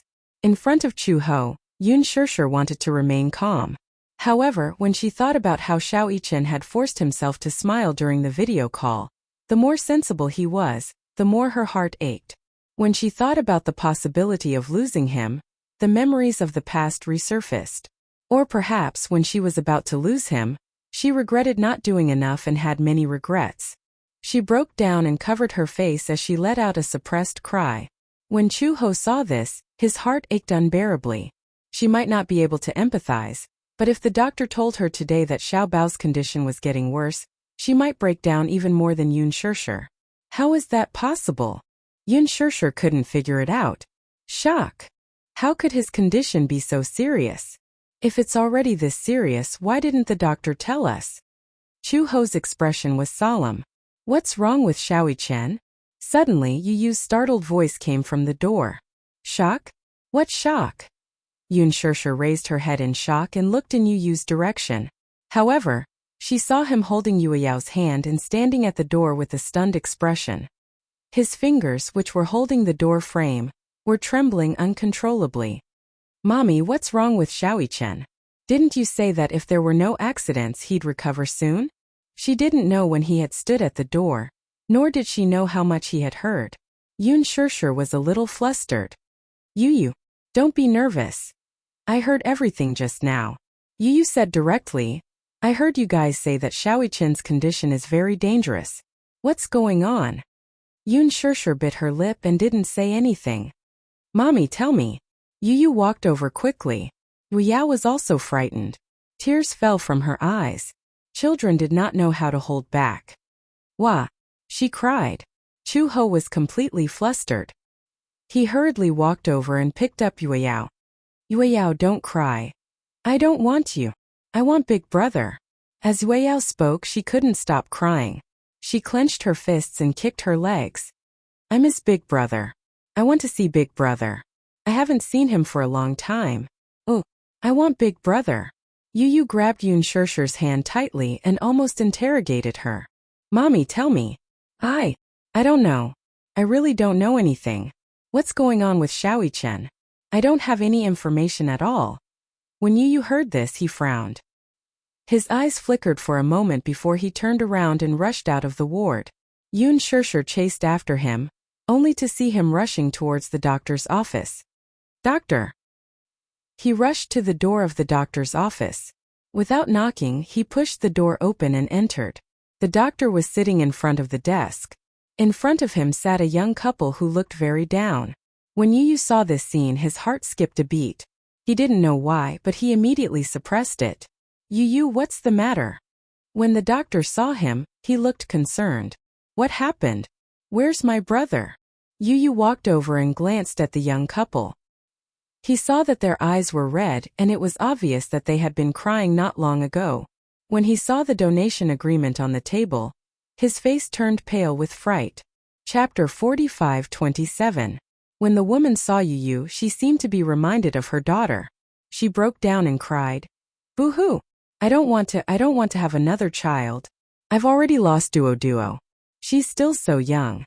Even if she's gone, I can't abandon her. If you ask me to have another child, I feel like I'm betraying Duo. Back then, if she had any symptoms of the flu, I could have sent her to the hospital in time. Perhaps she wouldn't have died so easily. As she spoke, the woman couldn't go on. Obviously, as her husband, he had just comforted her that they could have another child even if they lost their daughter. However, when she saw Yu and thought about how the last time she saw Duo was a cold corpse, her psychological barrier finally collapsed. The man quickly comforted her. Okay. We only have one child. We won't have another child. They had come this time to get their daughter's death certificate. However, when she saw the death certificate, her heart ached uncontrollably. The man was already very sad, but he still had to suppress it and comfort his wife. This flu had taken away their beloved daughter, but it had also taken away half of their lives. When Yu saw them crying, she became even more worried about Xiao Chen. She walked to the doctor and asked worriedly, Where's my brother? How is he now? Can I see him? Your brother's condition is still considered stable, but the doctor hesitated for a moment. If you want to see him, it's a bit difficult. After all, he's now in the quarantine area. You can't go in. I want to see him. As Yu spoke, her voice gradually became choked. I really miss my brother. I want to see him, even if it's just once. You're not sick, right? Can't you still see the patient? That's because you're wearing protective clothing. I can wear it too. Yu looked at the woman and then at the man. She said to the doctor, Do you know why they're so sad? It's because they didn't even get to see their biological daughter even once until she died of illness. The next time they saw her, it was only a cold corpse. This is their lifelong regret. Doctor, I miss my brother. I want to see him. Please. With that, Yu stood firmly where she was, biting her lip and glaring at him with tears in her eyes. The doctor hesitated for a moment. I have to ask my superiors. You don't have to ask for instructions from your superiors. An extremely domineering voice suddenly came from the door. Yu and the doctor turned around simultaneously and saw Wuxia and Yun Shishir standing at the door. Daddy. Wuxia looked at him, smiled and looked at the doctor. Take us to him. Chairman Mu. No matter what the consequences are, I can bear it. I can also be responsible for my actions. Wuxia paused for a moment and said, I remember that the protective suits of your hospital were donated by the Shangyu Financial Group. These protective suits are made of imported nanomaterials, so you don't have to worry.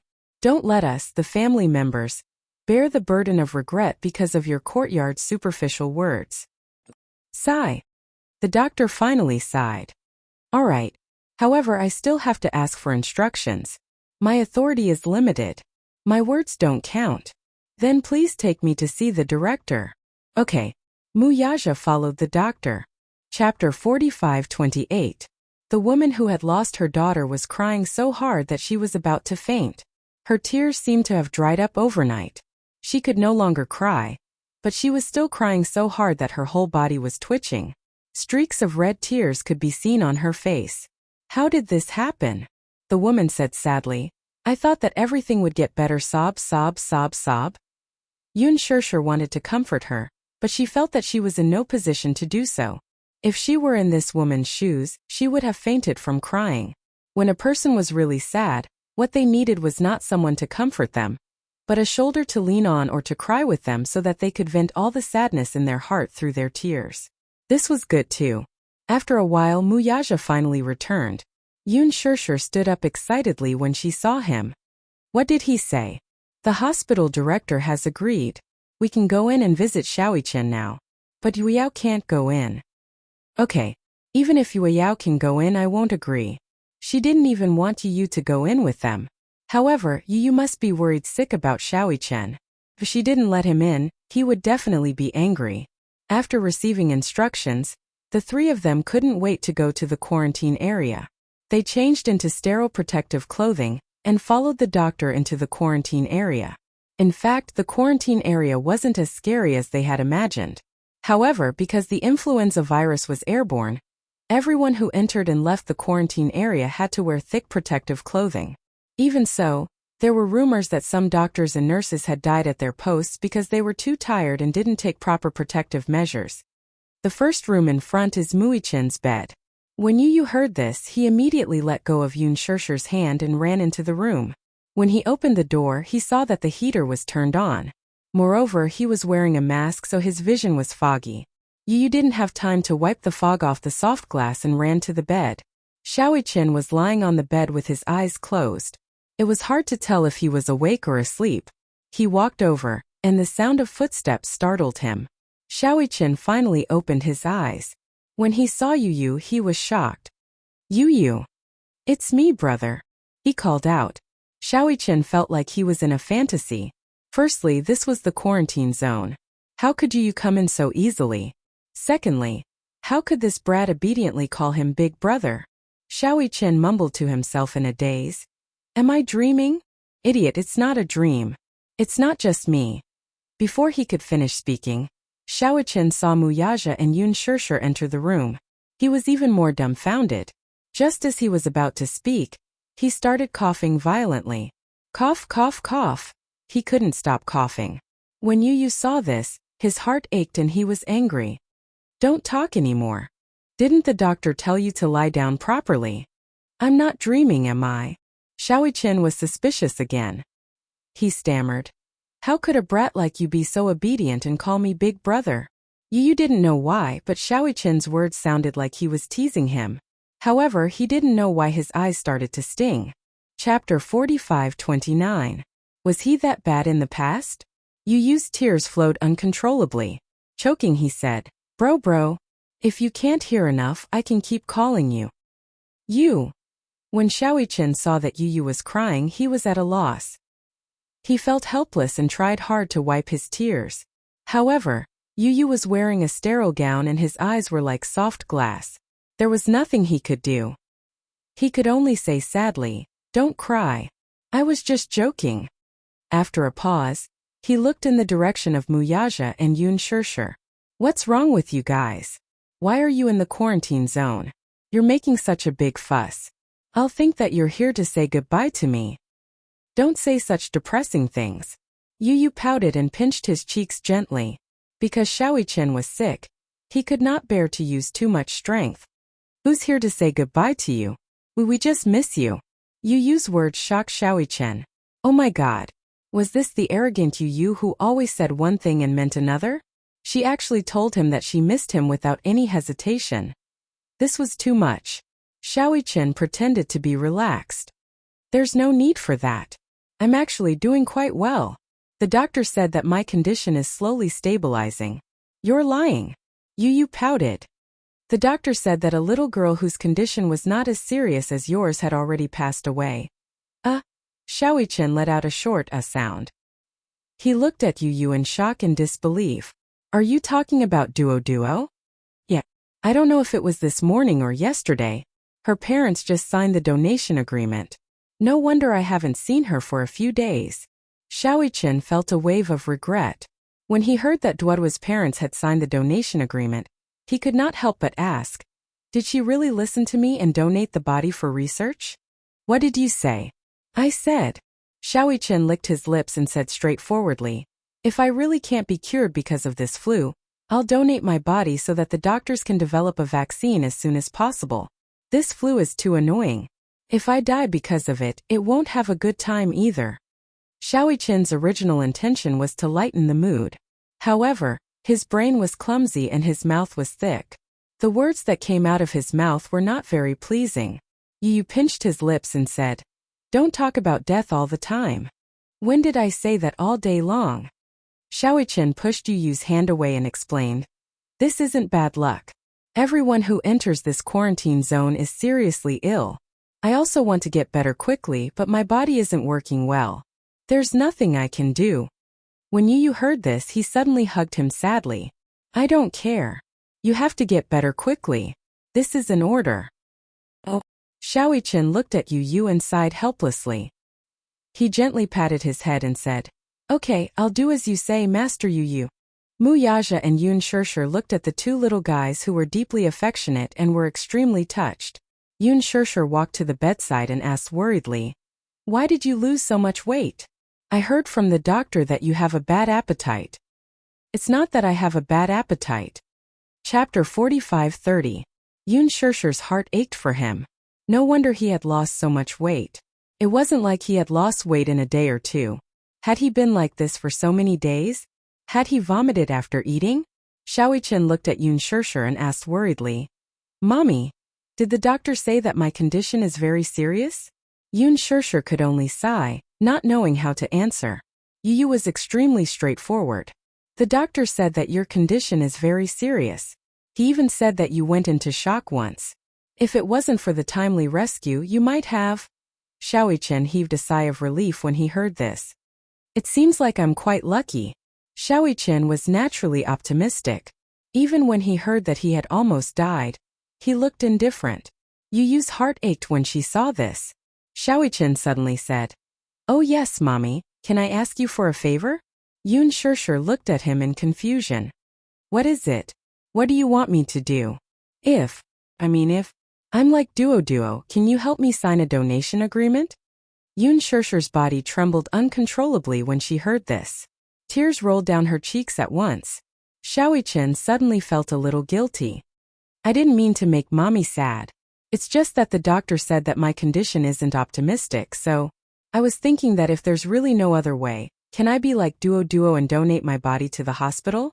"Xiaoqian, give Mommy some confidence," Yun Shirshir said sadly. "Don't let Mommy think that way. Mommy can promise you that, but don't say such things again, okay?" She and Muyaja were both open-minded people. They wouldn't object to the donation of a body because of some traditional beliefs. However, this didn't mean that Xiaoqian could bring it up. Now, no matter who it was, she hoped that they could give her more confidence. Otherwise, she wouldn't be able to hold on much longer. It was like a slow death by 1,000 cuts. Every day a piece of flesh would be cut off. Every day another piece of flesh would be cut off. Xiaoqian was upset when he heard Yun Shishir's words. Mommy? Yun Shishir couldn't help but hug him tightly. Xiaoqian, it's Mommy's fault. I didn't cherish you when I should have. Perhaps, only when you're about to lose it will you understand how much Mommy owes you. Little Chen was stunned for a moment before he smiled. Mommy, don't say that. Are you trying to make me cry? You're as important as Yu. We can't lose you, much less lose you. You must not know this, but Yu Yao misses you so much that she's gone crazy. She keeps asking to see you, but she's still so young. She can't possibly enter the quarantine zone. Can you bear to see her miss you so much? So you have to get better soon, okay? Xiaoqian could hold back his tears at first, but when he heard about Yu Yao, his tears suddenly went out of control. He couldn't suppress the sadness and uneasiness in his heart anymore. He bit his lip tightly and said hoarsely, Mommy, I miss Yu Yao too. Yun Shishir wiped his tears and said helplessly, You and Yu are a pair of clowns.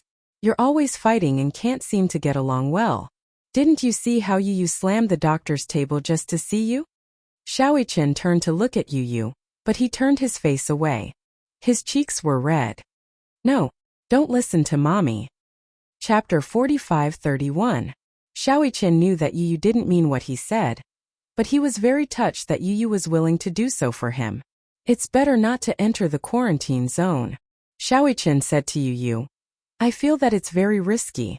After all, it's better to be cautious. Yu pouted and said, Then promise me that you'll get better quickly. Promise you. If I can get better quickly, I'll promise you anything. I don't care. Yu said domineeringly, Hurry up and promise me. Okay.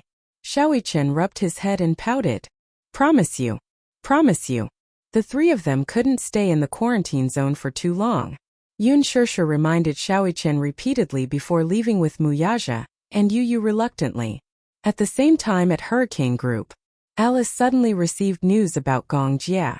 The remnants of the sacred shrine have been completely eliminated. However, the leader of the mercenaries who was in charge of Gongjie's safety replied, Young Master Jie is also seriously injured. Moreover, with the flu raging, he can't pass through the customs for the time being. The return route to Hurricane Group can't be approved. Also, the FBI is monitoring the hospital. Young Master Jie is being kept in the hospital and can't leave. FBI. Alice held the satellite phone and was puzzled. Why are the FBI people there? Gongjie was ranked first on the FBI's wanted list, and was the FBI's #1 target. They didn't expect Gongjie to be targeted by the FBI. Damn it. Alice was so angry that she almost threw the phone. If Gongjie was targeted by the FBI and brought back to the FBI headquarters, he would definitely be sent to military court. Hurricane Group was an important obstacle to international security. As for Gongjie, international security laws were applicable. Once convicted, the Gongjie would face hundreds of years in prison. At that time, once he was locked up in the military prison, it would be extremely difficult for him to leave. Alice immediately reported the news to Gong Xiaoying. When Gong Xiaoying heard the news, he said without thinking, Humph! In my opinion, the remaining members of the Sacred Hall of Light are bait used by the FBI to attract Gongjie. Where is little Jie now? He's in the East African Neutral Hospital. He's currently under the protection of the East African president, but once he leaves the hospital, the FBI will have reason to arrest him immediately. Oh. Gong Xiaoying lowered his head and fell into deep thought. The president of East Africa had a good relationship with the Hurricanes. Usually, when there was an armed war, the Hurricanes would provide a lot of military assistance to East Africa. The FBI belonged to the M Federation. Therefore, they did not have the authority to make arrests in East Africa. However, if Gongjie left the hospital, then anything could happen. With the military strength that little Jie brought, we won't be able to safely cover little Jie's departure for the time being. I'm thinking if I should send some troops over, but the international air route can't be approved. Now that the global flu crisis is over, it's very tense. Gong Xiaoying said, so what? If they don't approve, then fly over by force and bring him back. No matter how powerful one's background was, if a private jet wanted to fly, it had to be approved by the international air route. However, if they didn't get permission to fly by force, it would be considered a black flight. If it was in local territory, it might not be a big deal. At most, they would face a huge compensation. Chapter 45-32. If they were forced to fly, they might face a small skirmish. It's too dangerous. Alice still had some lingering fears. If we were to be shot down as a terrorist attack, the losses would outweigh the gains. Then can you think of another way to bring Xiaojie back? Gong Xiaoying asked her. Alice was silent. I didn't expect you to do it like this. No matter what price I have to pay, I want you to bring him back unharmed. Yes, I understand. Alice had just walked out of Gong Xiaoying's room when she saw Hua Jin standing at the door anxiously. When he saw her, he immediately rushed over. I heard that there's news about Gong Jie? Alice was a little surprised. How did you know? Hua Jin was a little helpless. I just eavesdropped on you. I saw you rushing into the study, so I was worried that something had happened to Gong Jie. Alice turned around and looked at him warily. She immediately pulled him aside and warned him sternly. You shouldn't have eavesdropped on my conversation with Master. If he finds out, he'll be angry.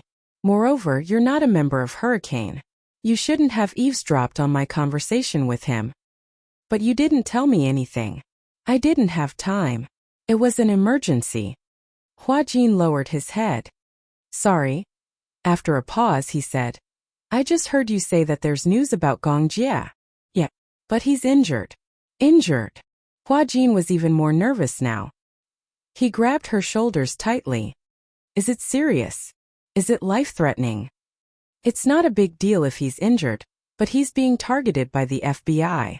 FBI. When Hua Jin heard this, he was a little confused.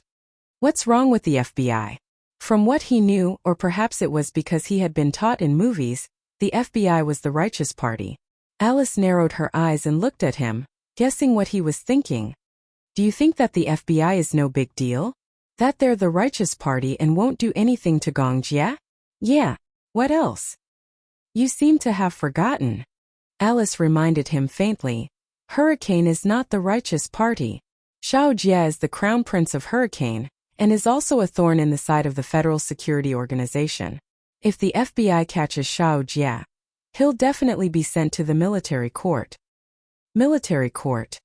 Hua Jin grew even more nervous. What will happen then? He'll be sentenced. You can ransom him.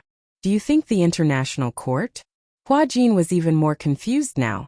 Then if I'm sentenced, how long will it be? A few hundred years. You can understand it as a life sentence. In international law, sentences are accumulated according to the level of the crime. Many war criminals were sentenced to hundreds of years in prison, which was equivalent to life imprisonment. Usually, in a domestic murder case, no matter how many victims there were, it would be considered as intentional homicide. But in the Anglo-American legal system and the international court, every person killed would be convicted of murder. In the end, the criminal punishment for each crime would be added together, resulting in a sentence of hundreds of years. Hua Jin widened his eyes in shock. Hundreds of years. Anyway, the most important thing now is to bring Xiaojie back as soon as possible. That's scary. Hua Jin reacted. How could he forget that Gong Jie was the #1 target on the wanted list? Chapter 45-33. Then what should we do? Hua Jin said. We have to save him as soon as possible. I'll go and approve the flight route first. Alice said. You don't have to worry about anything. Just stay on the island. I want to go too. Alice glared at him. What are you going to do? I can help a little, right? Alice was speechless. You go as long as you don't drag me down. Okay. I promise that I won't be a burden. Hua Jin thought that she had agreed and made a solemn vow. Alice glared at him, but she didn't have any temper. Anyway, you just stay on the island. Alice left without looking back. Hua Jin looked at the direction she left unwillingly and clenched his fists. Alice, the flight route still can't be approved. East Africa was not a peaceful place now. In addition to the war, there was an outbreak of influenza, and the fierce plague brought about by the war. The epidemic spread, and the international air routes had been blocked, all the routes to and from East Africa. At present, the war was in a stalemate. In addition, the troops of various countries could not enter East Africa. If it's not allowed, then we'll fly by force. Alice gave the order, and the logistics department immediately went to prepare the materials needed for the flight. Alice asked Vermilion Bird to dispatch 3 troops of mercenaries. The number of mercenaries was not important, but the quality. This time, in order to bring Gongjie back safely, Vermilion Bird dispatched almost all the elites to Alice. They set off at a quiet dawn. Alice calculated the time. If there were no accidents, they would land in East Africa at night. The flight route avoided other countries as much as possible. At present, East Africa had fallen, and it would not pose any threat to the flight and landing. As long as they did not pass through other countries, it should be fine. This kind of thing could not be foolproof, but Alice avoided all the accidents as much as possible. At dawn, the mercenaries boarded the plane in an orderly manner. After Alice counted the supplies and the number of people, she found that there was one more person. He guessed that Vermilion Bird must have felt that this person was not enough, so she sent another mercenary. Thus, he did not think too much and prepared to set off. The hatch slowly closed. Wearing the combat suit, Hua Jin carried the heavy combat bag. Looking at the tightly shut cabin door, he finally let out a sigh of relief. When Alice dispatched the mercenaries, he secretly stole a house, disguised himself as a mercenary, and boarded the plane. Although Alice had repeatedly emphasized how dangerous this trip was, he still didn't care. He didn't know what possessed him, but when he thought of the danger Gongjie was in, he couldn't stay on the island and wait for his return. He could only repeatedly warn himself not to be a burden to Gongjie, even though he knew that his actions were a little rash. But Hua Jin heaved a deep sigh. Beside him, a mercenary spoke. "Everyone be vigilant. We are facing the FBI this time. The FBI is the most treacherous. In order to achieve their goals, they will do anything. In short, be vigilant." Understood. The one who gave the order was a relatively authoritative captain. Hua Jin looked at him and did not speak. After dawn, the sky turned white. The plane finally took off. Chapter 45-34. Hua Jin was jolted awake by a strong jolt. He opened his eyes in shock. The fuselage was traveling through the airflow and was shaking violently. However, the mercenaries beside him were already used to this kind of jolt. They hugged their combat hugs and continued to sleep. They were indeed well-trained mercenaries. Even their sleeping posture was uniform. Hua Jin was a little thirsty. He rummaged in the combat bag for water. Footsteps were approaching. He raised his head alertly and saw Alice looking over. Before he could lower his cap, Alice exclaimed, "Hua Jin!" "Oh." Hua Jin raised his hand awkwardly and waved at her. "Oh. Hi, haha, what a coincidence." Alice also raised her hand and slapped him hard on the top of his head. "Why are you here?" And Alice tugged at his clothes in disgust and asked suspiciously, "What's with your clothes?" Also, what's up with your equipment?" Alice snatched his heavy combat bag and opened it. There were all kinds of dry food, snacks, and drinks. His eyelids suddenly twitched violently. I was afraid that there would be no food and water along the way, so I prepared some in advance. Last time in East Africa, he and Gongjie almost starved to death. That was because he learned his lesson and prepared dry food in advance just in case. Alice slapped him on the head again. "Ouch! That hurts. Do you want to die?" Alice put on a fierce expression and said fiercely, "You can't even protect yourself. Why are you following us? Why are you joining us?" Hua Jin raised his hand and swore, "I swear I won't drag you guys down. You have such a big bag full of food. Are you running away? Also, the scariest thing in East Africa is not the FBI but the plague. Do you know about the plague? If you get infected with the plague, your life will be over." Hua Jin pursed his lips. "Anyway, no matter how much you scold me, I'm still going." No one could stop his will. Alice was startled. She looked at Hua Jin, who seemed to be secretly angry, and sighed helplessly. "Okay, I got it. It's useless to say anything now. You've already boarded the plane. Can I still throw you out of the plane?" Hua Jin's face immediately changed from gloomy to affectionate, revealing a puppy-like smile. "You're still laughing." Hua Jin immediately stopped laughing. Alice turned around and glanced at a man who was staring at her in a daze. She ordered, "Jack." "Yes, you are in charge of this guy's safety." Jack looked at Hua Jin with disdain. Hua Jin saw the look of disdain in his eyes and pretended not to see it, but he was not convinced in his heart.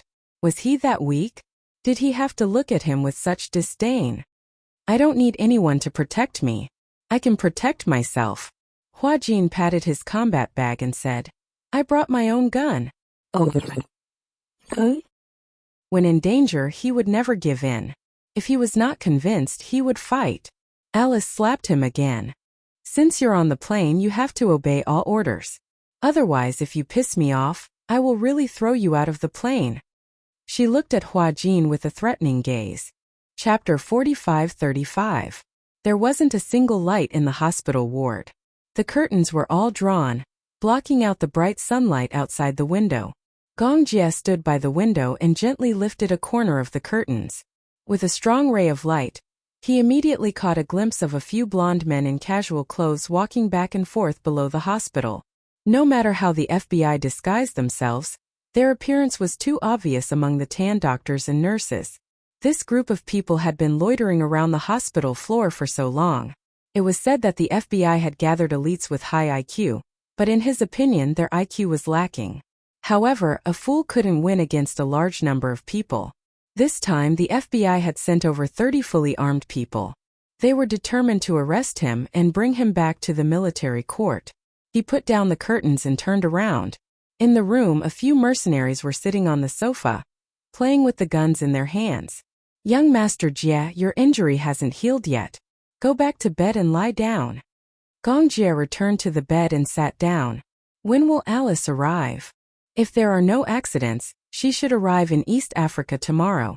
"How many people did she bring?" 3 troops. "That's enough." Gong Jie crossed his arms and leaned against the headboard. He said coldly, "When we get back, we'll settle the score with the FBI. The FBI is really shrewd. They purposely leaked the news of the remaining members to Hurricane, and Gong Jie cleaned up the remaining members. The mantis stalks the cicada, unaware of the oriole behind. Gong Jie's whereabouts were undoubtedly exposed to the FBI's eyes. However, it was still a little difficult to catch him. This hospital was a neutral hospital. It was not bound by any government treaty, nor was it bound by any international law. This was a hospital set up by humanitarian organizations to stop donations. No official organization could carry out any arrest activities here.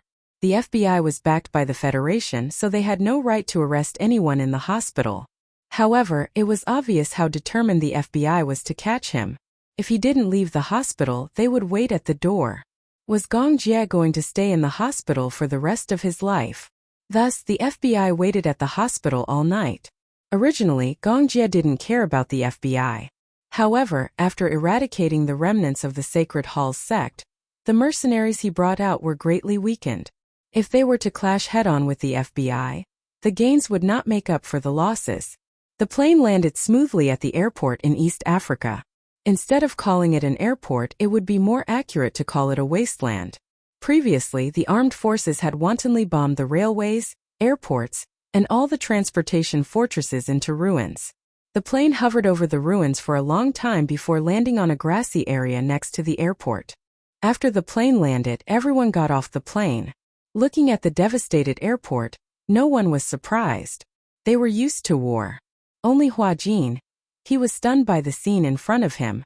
Living in a peaceful country, he had never thought that war would bring about such cruelty. Even though he had experienced the war personally, East Africa had become like this after not seeing it for such a long time. It was a complete mess, and not a single blade of grass grew. It was said that East Africa had temporarily stopped fighting because of the plague, but no one knew when the war would rage again. The peacekeeping force had already intervened, but now it was useless. What are you waiting for? Chapter 45-36. Hua Jin asked curiously. Are we going straight to the hospital now? Alice frowned and said, let's not go to the hospital first. The flight is tiring. Let's go to the relay station to rest first. Okay. Alice had asked Hua Jin to listen to her no matter what. Hua Jin did not dare to make his own decisions. He was afraid that he would cause trouble for her in Gongjia. At the same time, good news came from the hospital. The Capital Medical University had successfully developed a vaccine against influenza. After several tests, the success rate of the vaccine was guaranteed. However, it would take some time before the vaccine could be put into use. The safety of the vaccine had to be confirmed before it could be widely used. The entire world was in a state of panic in the 2 months between the beginning of the pandemic and the introduction of the vaccine. The Capital Medical University was the first to develop an inactivated vaccine, which shocked the entire world. No one expected country Z to be the first to develop a vaccine against influenza. At that time, they had only received news that the vaccine was successfully developed. No one knew when the vaccine would be put into use. However, this gave Yun Shirshir a glimmer of hope. The successful development of the vaccine meant that the influenza was not invincible. At the same time, she also hoped that the vaccine could be tested and put into use as soon as possible. Xiao Bao's condition had stabilized. The doctor said that his condition would not worsen for the time being. His body was under control, which was the best outcome. However, Xiao Chen's condition was not as ideal. A week before the vaccine was developed, his condition worsened. Yun Shirshir even signed the donation agreement under the doctor's suggestion. When signing the agreement, Mu Yaja did not mind signing it. However, this was Xiao Chen's wish. He did not know if he could survive the flu. He did not know if he could wait until the vaccine was developed. During the development period, the development of the vaccine was kept a secret from the public. Xiao Chen thought that if he did not survive this time, he would donate his body to the Capital Medical University to be used in the vaccine experiment. Yun Shirshir could not bear to do that. However, this was Xiao Chen's wish. That was his body. He had the right to make his own decisions. Although she could not bear to part with it, since it was Xiao Chen's wish, she had to work hard to fulfill it for him. That night, Xiao Chen's condition worsened and he was pushed into the operating room. Outside the operating room, Yun Shirshir officially signed the donation agreement. After signing her name, she was completely defeated. Mu Yaja hugged her as they watched over little Ichen, who was undergoing emergency treatment in the operating theater. This was the 4th time this month that Xiao Chen's condition worsened. Yu carried Yue Yao and stood guard outside the operating theater. From the start, he did not expect Xiao Chen's condition to deteriorate to this extent. He even felt that, apart from Yu Yao, he was in the greatest danger. Little Chen was in good health, so he would definitely be fine. However, he did not expect that Xiao Chen, who was in the best condition in everyone's eyes, would fall the fastest and his condition worsen the most. Due to the worsening of his condition, he had not seen Xiao Chen for a few days. On the contrary, he did not want to see Xiao Chen now. This was because he knew that if he were to see Xiao Chen now, there would only be one situation. Chapter 45-37. Yun Shirshir couldn't figure it out. Finally, the vaccine was successfully developed, but why couldn't Xiao Chen hold on? Yu paced back and forth outside the operating theater, holding back his tears. He didn't dare to cry and he didn't want to cry.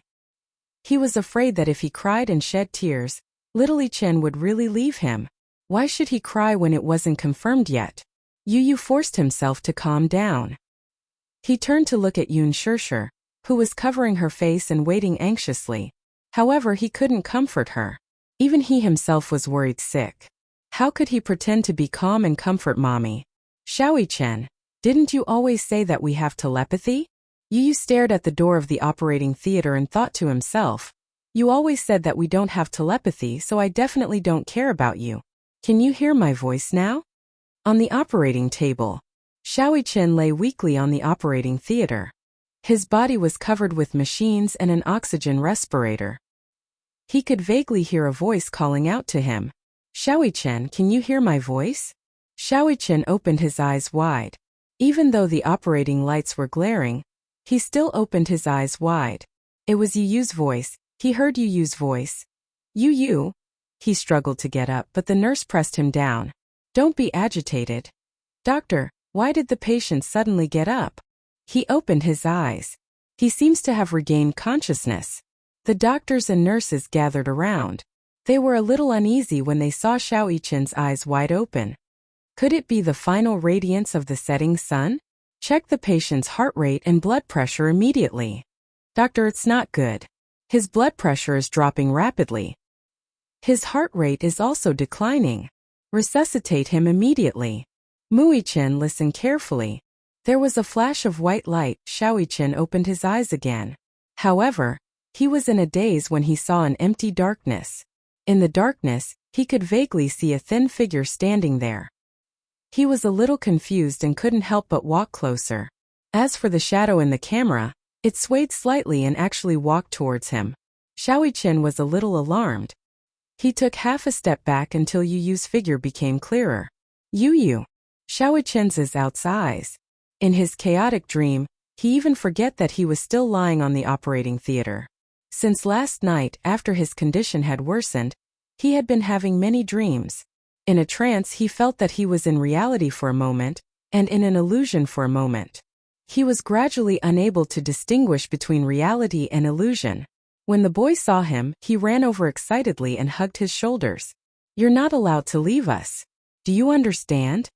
Xiao Yichen was confused when he heard this. What did I do? The doctor said that your condition has worsened. You might not make it. Yu could no longer pretend to be calm. Her eyes turned red. Mu Yichen, you're not allowed to give up. Do you understand? Who said that my condition has worsened? Xiao Yichen was baffled. Idiot, aren't I fine? Yu stared at his face for a long time before she finally said, Mu Yichen, thank you. Chapter 45-38. Thank you for appearing in my life. But don't leave so easily. It wasn't easy for me to fall in love with a brother like you.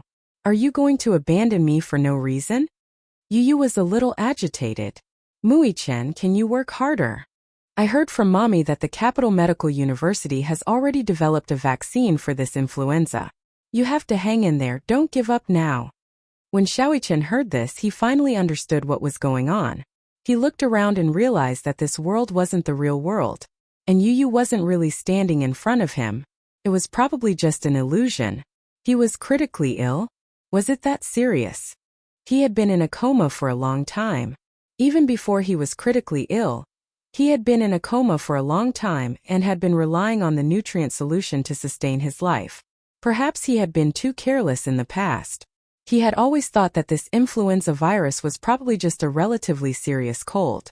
When it worsened and became infected with pneumonia, Xiao Yichen, who was optimistic by nature, didn't take it seriously. He felt that he would definitely be able to survive this dangerous period. He believed that he was the chosen one, and that God wouldn't make things too difficult for him. Otherwise, he would still be able to easily turn danger into safety after walking through danger so many times. This was just a test. However, the deterioration of his condition was contrary to his optimistic thinking. Gradually, he even needed to use a ventilator to prevent himself from suffocating in his sleep, from being monitored for 12 hours to 24 hours a day, and later, from being able to ingest liquid food to only being able to use nutrient solutions to maintain vital signs. He slowly accepted the fact that this aggressive influenza was definitely not as easy to deal with as he had imagined. As the pneumonia spread, it slowly spread to his other organs. So, wasn't he in the real world now? Yu said to him, You're in the resuscitation room now. Everyone is waiting for you, so you have to pull yourself together. You can't give up just like that, okay? Xiao Yichen was a little confused. I'm in the resuscitation room. Idiot, don't you feel anything? Xiao Yichen did not know whether to laugh or cry. I really don't feel anything. If not for you waking him up, his consciousness would still be in the chaotic space and he would not be aware of his current situation. You don't worry. I'll definitely get better.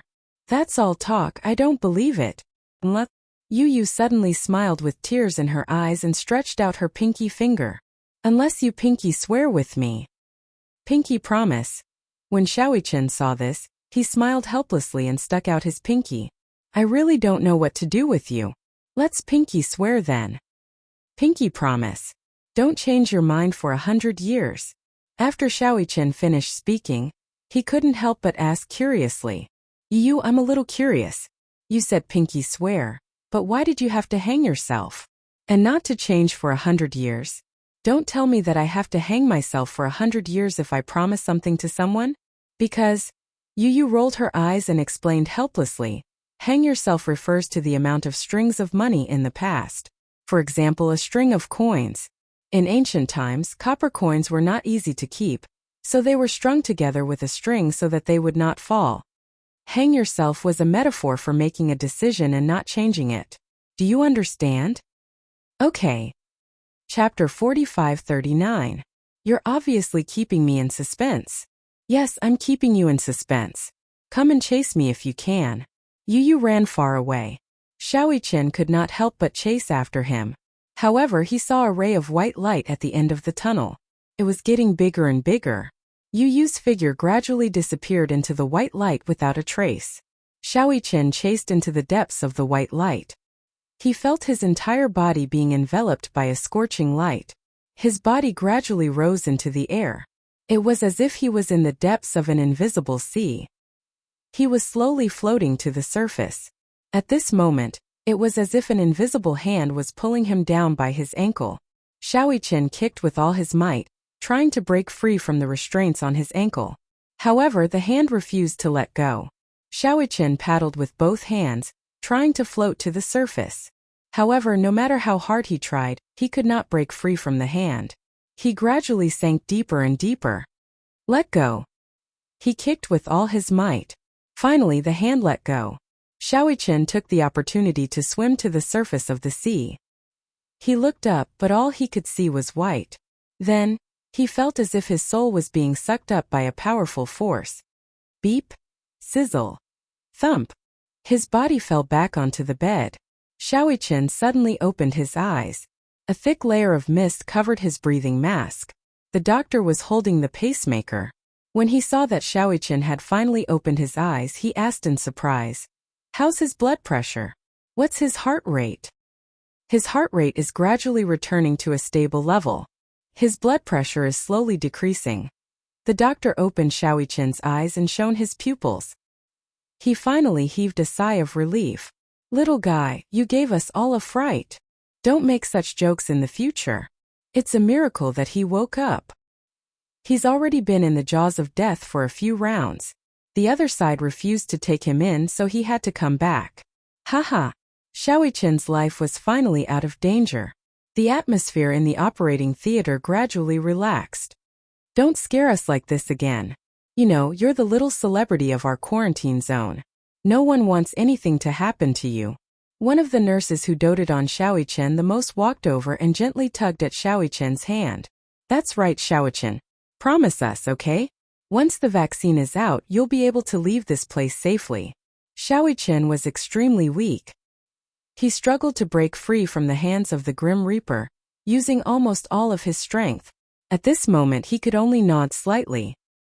He did not even have the strength to open his mouth to speak. Outside the operating theater, the operating lights finally went off. Yu's heart skipped a beat when she saw the lights go off. Yun Shirshir was so nervous that she grabbed Muyaja's arm tightly, almost pinching it. Even though it hurt, Muyaja didn't say anything. He only cared about comforting her. Shirshir, don't be so nervous. The lights are off. Where's Xiaoqian? She was so scared. When the door opened, what she had been waiting for was a bed covered with a white cloth. He won't. Don't think too much. Muyaja didn't know what the situation was, but the most important thing right now was to comfort Yun Shirshir. I'm fine. Don't worry about me. Yun Shirshir actually comforted him. The door was finally pushed open. Chapter 45-40. Yu immediately rushed over. Yun Shirshir and Muyaja also rushed over anxiously. The chief surgeon smiled when he saw how anxious they were and immediately comforted them. The surgery went smoothly. Don't worry, Muichin is in good condition now. Really? Yun Shirshir's voice became a little shrill because of her surprise. Yu was relieved when he heard that Xiaoqian was fine. He took half a step back and gave Yun Shirshir the spot closest to the bed. Since he knew that Muichin was in good condition, he was relieved. He was not in a hurry to take a look. Yun Shirshir and Muyaja surrounded the bed. If it were not for the isolation suits, they would have given Xiaoyichen a hug. It was strange. When he first met Xiaoyichen, he could not accept him as an older brother at all. As they slowly got along, even though he accepted Xiaoyichen as an older brother, deep in his heart, he could not accept that Yun Shirshir had given half of her love for him to Xiaoyichen. There was no such thing as sharing. Love was limited just like time. When you gave your love to another person, you would leave less for that person. Yu did not want anyone to share his mommy's love with him. But now he hoped that Yun Shirshir would give Xiaoyichen more of her love. If it were not for this life and death experience, he would not have realized how important Xiaoyichen was to him. He did not even realize that he was so afraid of losing Xiaoyichen. In fact, he had opened his heart to Xiaoyichen long ago. It was just that he could not bring himself to say certain things because of his dignity. Perhaps Xiaoyichen also thought that he had not completely accepted him. This was because there were some things that others would not know if they were not said. There were some things that the loved one would never know if they were not said out loud. Moreover, he always said one thing and meant another.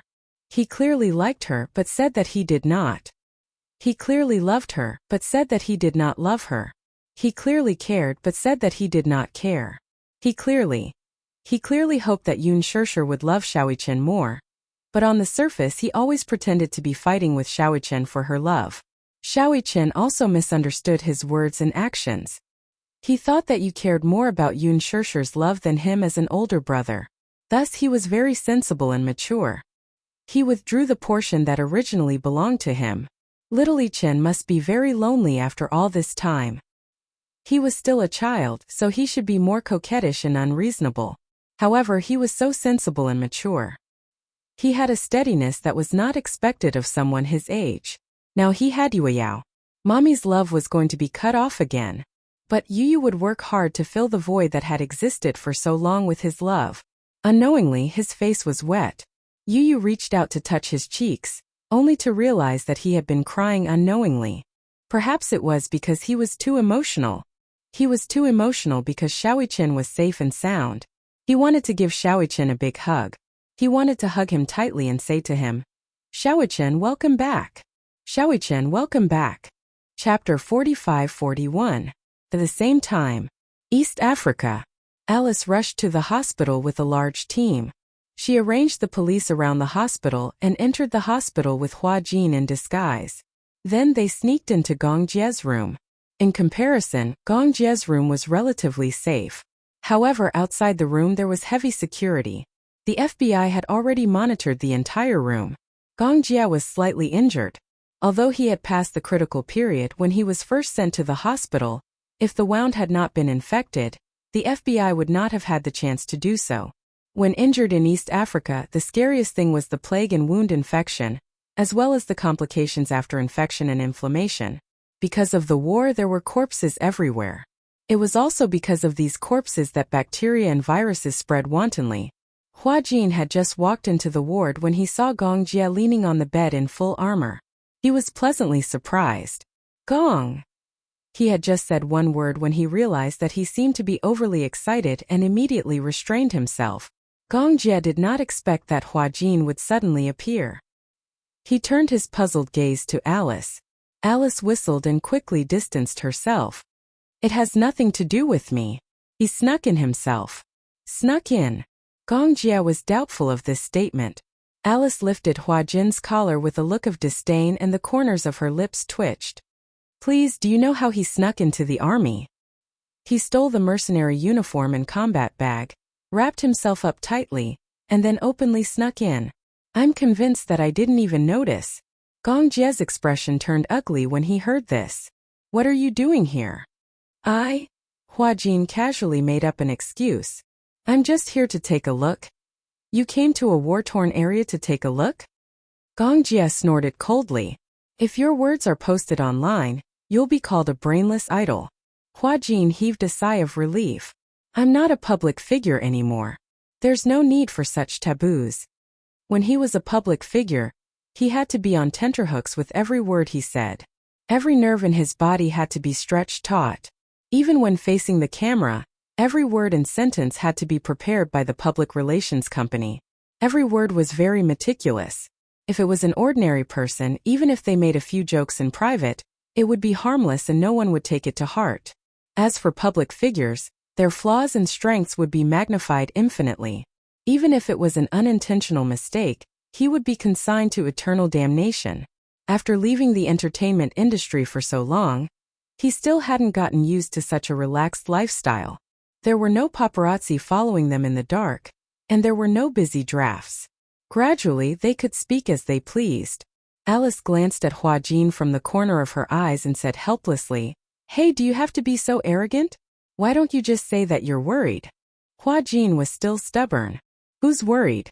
When Gong Jia heard this, his tense handsome face suddenly relaxed a little. "Oh, you're here because you're worried about me?" "No." Hua Jin denied flatly and glared at Alice. "If you talk nonsense again, You'll what?" Chapter 45-42. Gong Jia looked at Hua Jin with a teasing gaze. The latter whistled awkwardly. "She made it up." "Got it." Of course, Gong Jia could tell that he was lying to him. Hua Jin snorted in his heart. What? Wasn't this man fine? He didn't have a broken arm or a broken leg like he had imagined. He thought that Gong Jia was seriously injured and trapped in East Africa. But in the end, his leg was fine and so was his arm. He didn't even know how to cry the tears he had prepared all the way here. If he had known earlier, he wouldn't have come. He would have taken such a big risk.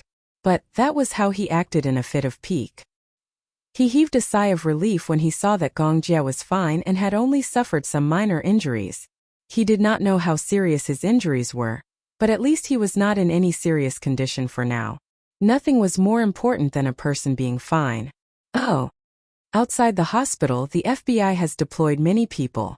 According to my observation, the hospital is surrounded by more than 20 agents. As for how many are outside the hospital, I'm not sure.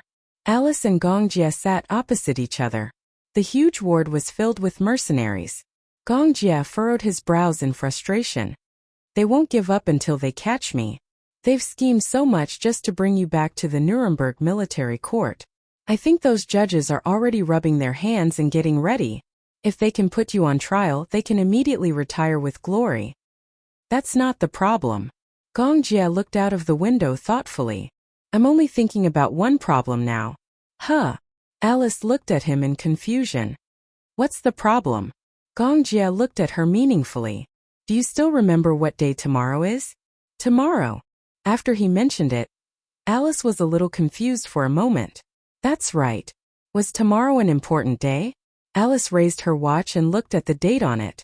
She calculated tomorrow's date, but she couldn't think of anything important. Is there anything important tomorrow? Alice was at a loss. Gong Jia snorted in disdain and crooked his finger at her. Come here. Alice inched toward him curiously, but the man unceremoniously pinched her nose and flicked her forehead. It's my birthday tomorrow, dummy. Alice covered her forehead in pain, but when she heard Gong Jia say that tomorrow was her birthday, her eyes flickered a little. She slapped her forehead again. How could I forget? It's your birthday tomorrow. Maybe you haven't gotten over the jet lag yet. Humph. I think you don't care about this at all. Don't worry. Where's the present? Gong Jia opened his palm to her like a child, asking for a gift. Alice braced herself and replied, I didn't prepare a gift. Gong Jia cast a sidelong glance at her, clearly expressing his dissatisfaction. Behind them, Hua Jin looked at them silently. He felt that there was an indescribable chemistry between the two of them. It was said that the two of them had known each other for a long time and had gone through fire and water together. This kind of chemistry couldn't be cultivated overnight. Moreover, Alice had sacrificed so much for him. Because Gong Jia was infected with the virus, in order to save him, Alice used her own body to experiment on the vaccine. If it weren't for her, Gong Jia wouldn't have been able to survive the infection of the virus. And because her body was affected by the experiment, she lost her fertility. Chapter 45-43. She had never told him about it. Why? Was she afraid that he would feel guilty if he found out? Perhaps she did not want this matter to bind Gong Jia for the rest of his life. If it were another woman, she might have told Gong Jia about this matter to make him feel guilty. This way, her love would become righteous. Then what if it was him? If he had sacrificed so much for someone, would he really remain silent? So far, the only person who could make him sacrifice without any complaints was Yun Shirshir. He had not dared to think that he would remove his cornea for Yun Shirshir. He had not dared to think about it before. He even thought that he would not do it. But now that things had developed to that point, he did it almost without any hesitation. Then, if the same thing happened again and the other party was Gong Jia, would he still do it? To be honest, he did not know if he could do what Alice did. Alice's love for Gong Jia was too heavy and too great. For Gong Jia, she personally brought people and came to East Africa to look for him regardless of the consequences. She loved Gong Jia so much. Why did she not confess to him? If Gong Jia knew about this, what would he think? Hua Jin was deep in thought when he heard Alice say, "You're still thinking about a birthday present at this juncture?" He came back to his senses and looked at Alice. However, he saw Alice looking at Gong Jia with a look of disdain. "It's my birthday tomorrow. I'll have to trouble you. I'll celebrate it with you when we get back to the island." I want to celebrate it." Gong Jia even sighed. "Originally, I wanted to rush back to celebrate my birthday with my sister." He was born on the same day as Yun Shirshir. His biggest wish was to celebrate his birthday with Yun Shirshir every year. He was afraid that he could not do it this year. Gong Jia could not help but feel a little regretful. "I'll go outside and check if there are any FBI soldiers in the hospital." As Alice spoke, she stood up, looked around and said to Hua Jin, "You stay in the ward obediently, do you hear me?" "I heard you." Alice walked out with her men. Hua Jin stared at Gong Jia's back. For a moment he was in a daze. He was hesitating whether or not he should tell him about it. It wasn't that he was being nosy. Instead, he had the right to know who had risked their lives to save him back then. It was not that he wanted to fight for something for Alice. Instead, it was a personal sacrifice. Although it was not for the sake of getting what he wanted, at the very least, he wanted to let Gong Jia know that he had paid such a huge price. This was the right of Gong Jia. It was also Alice's duty. Similarly, there was one more thing he wanted to confirm. Hua Jin suddenly plucked up his courage, walked in front of Gong Jia, and sat down opposite him. Gong Jia's knuckles, which were holding the teacup, stiffened. He looked at him in a daze. He had a feeling that he had something important to say to him. "What's the matter?" "I think that Alice is actually quite good." Gong Jia was speechless. This sentence, which came out of nowhere, did indeed stun him. "Yes, I know that she's quite good. What about you? How do you feel about her?" Hua Jin asked again. Gong Jia's lips twitched. "What do you mean by how do I feel about her? You've always treated her as a good friend." Gong Jia pondered for a moment and then said seriously, "Rather than calling her a friend, it's better to call her a comrade." Comrade? Revolutionary friendship? Chapter 45-44. Hua Jin sat down opposite him. "I think that Alice is quite good." Gong Jia looked at him suspiciously. He didn't understand why he was suddenly telling him this. Hua Jin continued, "Alice may sound mean, but she has a sharp tongue but a soft heart." Gong Jia tapped the table lightly with his fingers. "Do you have something to say?" Hua Jin licked his lips. I have a feeling that you have something to say, but you're hesitating. It's like this." Hua Jin took a deep breath and said, "I think that you owe her a thank you." Gong Jia was stunned. Do you know why Alice is infertile?" Gong Jia suddenly stood up when he heard this. He grabbed his collar and frowned slightly. "You know." He had always wondered why Alice would lose her ability to conceive for no reason. However, no matter how he asked Alice, Alice refused to answer. Gong Jia had also secretly investigated this matter. However, there was nothing fishy about Alice's infertility. If Alice was said to be a woman whose private life was more chaotic, then perhaps because she was too indulgent and had too many abortions, or perhaps because she hurt her body because of her promiscuity, then it would be a different story. Although Alice was very good at talking, in fact, her love and private life could be said to be a blank slate. It was impossible to say that she was infertile from birth. But, as for the reason behind it, she had never mentioned it to her brother. Hua Jin knew the reason. Gong Jia couldn't help but feel agitated. He had always been troubled by Alice's infertility. Hua Jin saw that he was so nervous and asked, Are you very concerned about her? Of course. Gong Jie became anxious and asked, don't you know? Tell me. Because, Hua Jin gulped and asked again, do you remember that you were infected with the plague when you carried out a mission? Didn't you get infected with the virus? Gong Jie said, yes.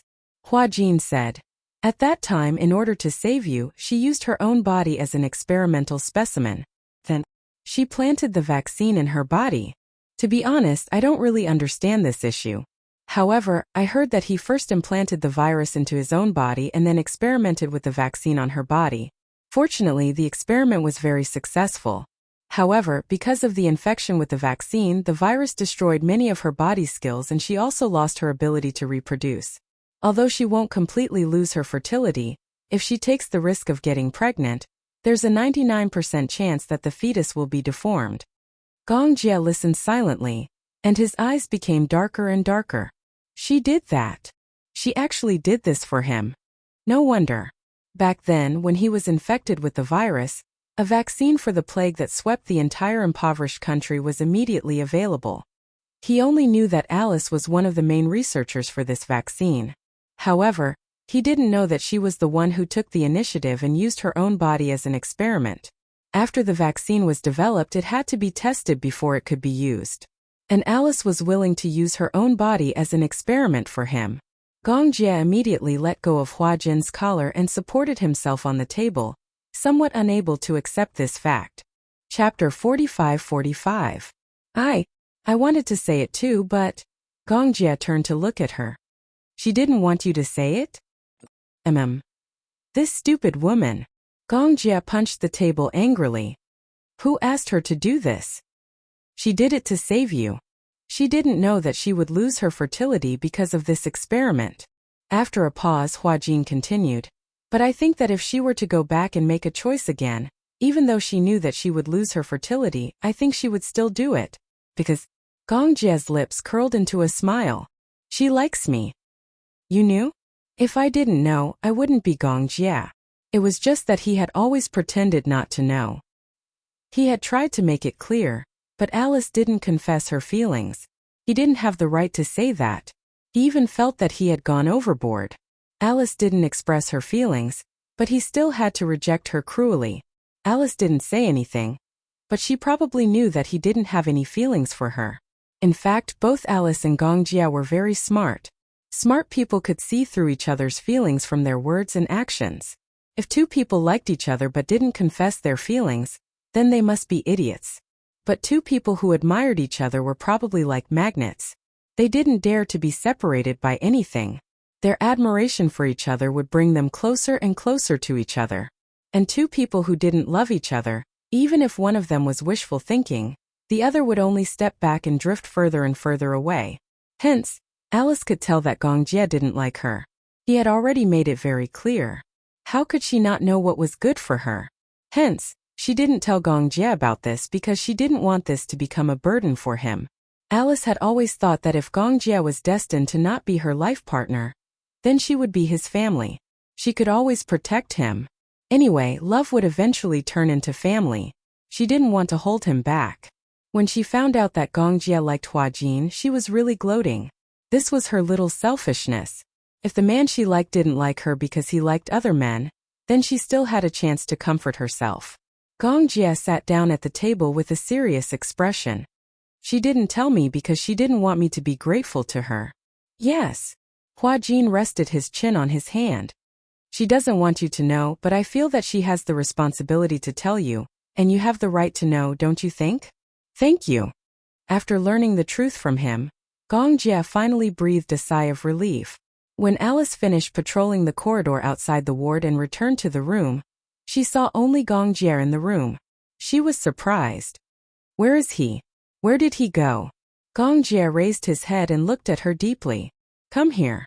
Alice walked over with some hesitation. The corners of her lips twitched. Especially when she saw Gong Jie's serious expression, she felt even more uncomfortable. What's wrong? Gong Jie stood up and came close to her. Let me ask you, is it because of me that you lost your ability to conceive?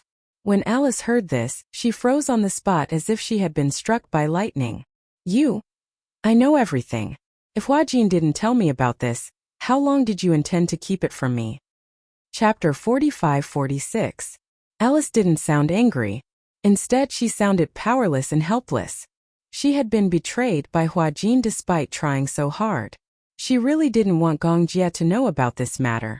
After all, this was a one-sided decision that she had made. Gongjie wasn't responsible for it. Shouldn't I know the cause and effect of this matter? Gongjie didn't think much of it. Why did you do that? I don't know. I just did it subconsciously, Alice said. At that time it was also a spur of the moment. So, I want to hear the truth. Because, Alice shrugged and said in a very relaxed tone, because I like you. I like you so much that as long as you're alive, I'm willing to pay any price. She was such a simple-minded person. Liking someone probably meant that she wanted him to be good. Actually, this wasn't selflessness. It was just purely she wanted him to be good. That was all, Alice hurriedly said. I didn't mean to hide it from you. I just didn't want to burden you and make you feel guilty because of this matter. Gongjie said angrily, do you think I'm worried about you? Or do you think I'll blame myself and feel guilty towards you because of this matter? You won't? Of course not.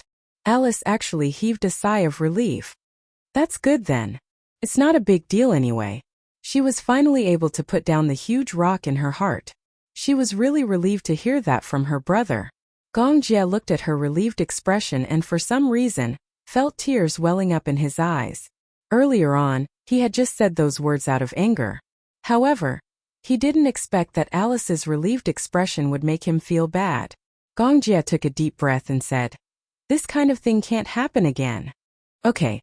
I also hope that there won't be a next time. Although it's not a big deal, it still took half of my life. Gongjie finally couldn't hold it in anymore. His heart ached so much that he pulled Alice into his embrace. His throat was already slightly hoarse. You should have told me about this earlier. Alice noticed that his shoulders were trembling slightly, and she couldn't bear to see him like this. If I had known that Huajin's mouth wouldn't be reliable, forget it. I had originally planned to keep this matter from you even if I were to die. But since you already know, spilled water could not be retrieved. Alice rubbed the back of his head helplessly. Gongjie, you still blame yourself for this, right? Gongjie did not say anything. Alice asked again. Do you know why I never told you? Gongjie was still speechless. Because, Alice said faintly, I don't want you to treat me as your benefactor and feel grateful and guilty towards me. You should have told me. What's the point of telling you? Alice shrugged. Don't tell me that if I told you my body would return to how it used to be? Or would I let you live the rest of your life with gratitude and guilt towards me? There's no need for that.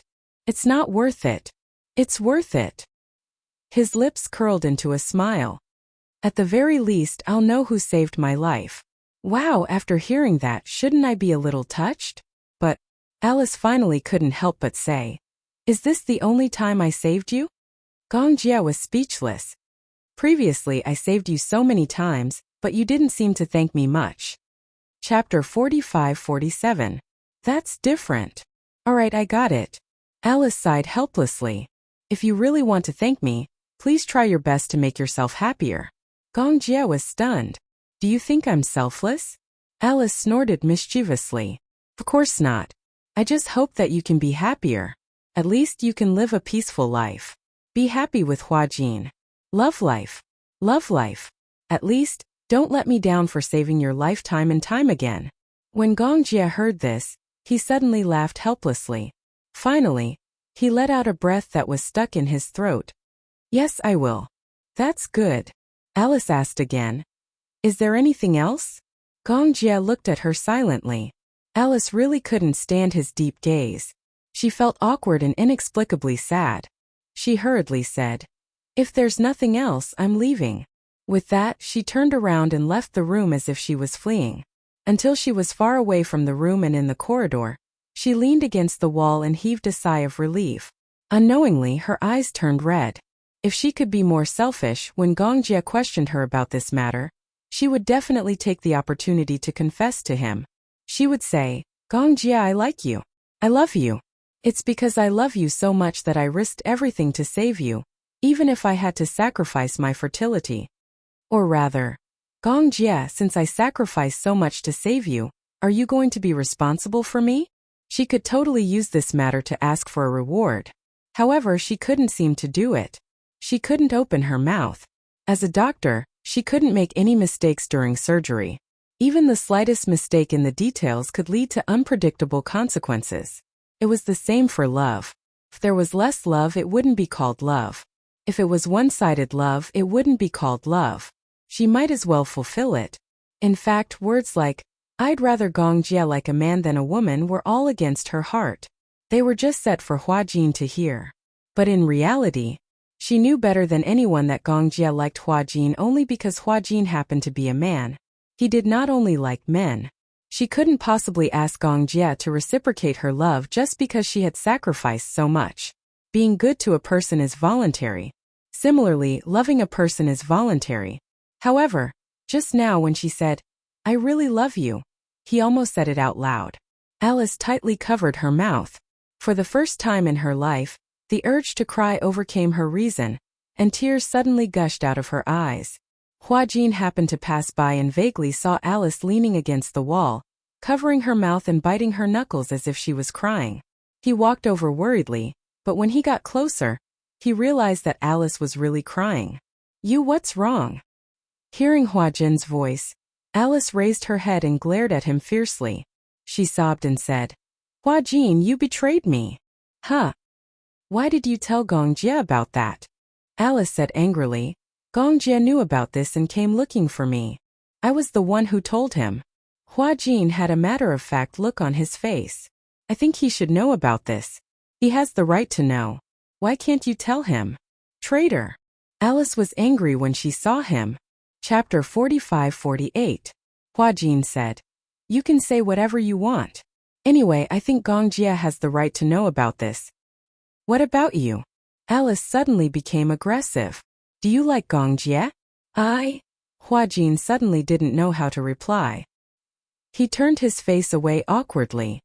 "Why are you asking this question?" "Hua Jin, do you know that sometimes I really want to beat you up?" "Oh. You obviously like Gong Jie too, don't you?" Hua Jin immediately retorted. "When did I? If you don't like him, why did you take such a big risk and come all the way to East Africa to look for him? If you don't like him, why do you blush every time you see Gong Jie? If you don't like him, why can't you sleep well the whole night because you're worried? Who's here for him?" Hua Jin felt wronged. "I just want to experience what it's like to be a mercenary on a mission." Alice couldn't help but sneer. "So how long are you going to say one thing and mean another?" "How am I saying one thing and mean another? If you continue to say one thing and mean another, I'll really beat you up," Alice said angrily. "The one whose favorite is indeed fearless. Have you ever considered my feelings? You clearly know that Gong Jie likes you and you like Gong Jie too. Why can't you just admit it? Is your reputation so precious? Gong Jie can put down his status as the young master of the Gong family to confess his feelings to you. Why don't you admit your feelings? Is it really that difficult for you to admit that you like Gong Jie?" With that, Alice curled her lips in self-mockery. "Do you know how envious I am of you? You have to know that it's not easy for two people to like each other. Most people, the person they like doesn't like them, and the person they like doesn't like them. They always miss out on love. What about you? Don't wait until you really miss out on love and regret it. What about you?" Hua Jin said angrily, "Aren't you the same? Don't you like Gong Jie? Why didn't you say a word or tell him? Don't tell me you're just going to watch him pass by? Because he already knows everything. Whether I say it or not, the effect will be the same." Hua Jin said angrily, "How would you know if you don't try? What if he likes you a little? There's no need for that. It's different. Even if he knows about it, you didn't tell him about it in front of him. At least, tell him about your feelings." Alice suddenly turned her head and looked at him with tears in her eyes. "You want me to confess in front of him and be rejected once? That's not what I meant. Or do you want me to beg for his mercy in front of him?" Hua Jin was at a loss for words. "I didn't." Alice almost exhausted all her strength. "It's not a big deal. As long as you work hard, it will be useful. If she didn't like him, she didn't like him. If she didn't love him, she didn't love him. Although no matter what, one had to try their best and struggle a little to know whether there was hope or not. Chu Yunsheng was still in a daze. But this was the only thing that Alice didn't want to struggle with. Her greatest gentleness was not to disturb or force him. Chapter 45-49. Hua Jin looked at Alice in a daze and was silent for a long time. Alice asked, "Life is so short. Isn't it a blissful thing to be able to be with someone you like and who likes you back?" At the hospital, Yun Shirshir sat on the balcony. After drying the clothes, she leaned against the balcony in a daze. Muyaja walked over and hugged her waist from behind, gently resting his head on her shoulder. "What's wrong? What's on your mind?" "I'm thinking. When will the vaccine be available?" Muyaja couldn't help but laugh. "It's not like you're just thinking about it. The vaccine will be available for clinical use tomorrow. But I'm still praying silently in my heart." "Who are you praying to? Jesus? Or Buddha?" Muyaja paused and said, "As the saying goes, if you're sincere, it'll happen. If you're not sincere, how can God hear your prayers?" Muyaja gently stroked her hair. "All right, don't think so much. I'm worried just like you. But worrying is useless." Yun Shirshir was still absent-minded. Muyaja kissed her cheek and hugged her gently. "Tomorrow is your birthday." Yun Shirshir finally reacted. "My birthday? You were so busy taking care of the little guys that you forgot about your birthday?" Yun Shirshir said. "How can I be in the mood to celebrate my birthday at this critical juncture? We still have to celebrate your birthday. We don't want to build our happiness on Shaoichen's suffering. Instead, we have to persevere in the face of adversity and hope for life." Muyaja continued. "Besides, your birthday is very meaningful. When the time comes, we'll bake a cake and send it to Shaoichen. Although he can't be by your side this year, we have to tell him that we hope that he can be there for your birthday next year, the year after that, and every year after that." "Yes." Yun Shirshir nodded. Unknowingly, her face was wet with tears. After returning home from the hospital, because she had not been home for a long time, the whole house was filled with a sense of loneliness. He hadn't come back for a long time. So much so that there wasn't even the slightest trace of life left. Yun Shirshir hurriedly turned on the lights in all the rooms. The bright light finally brought a trace of vitality to the cold and cheerless home. After Muyaja parked the car, he walked into the house. Looking at the lights in the house, he finally felt a trace of warmth. Usually he had 3 points in one line. Hospital, company, home. Usually Yun Shirshir would be at the hospital. Usually when he came back from the company, he only used the bedroom. When Yun Shirshir was not at home, his 3 meals a day were basically settled in the company cafeteria. Both Lu Jinyu and Jiang Shan were a little surprised. Why had boss been going to the company cafeteria every day recently? Isn't sister-in-law cooking at home? Looking at Muyaja's depressed expression, could it be that the two of them had quarreled? That's impossible. They are clearly very loving and respectful to each other. They could vaguely tell that Muyaja had been preoccupied with a lot of things recently. He was a little absent-minded when it came to company matters. However, Muyaja didn't say anything to them. They didn't dare to ask too much. In front of Yun Shirshir, he was her husband. In front of Yu Yueyao and Shaoichen, he was a father. It was only in the company that he was a man of flesh and blood. Chapter 45-50. He was also afraid. Guilt seemed to be the last straw, and it was about to crush him.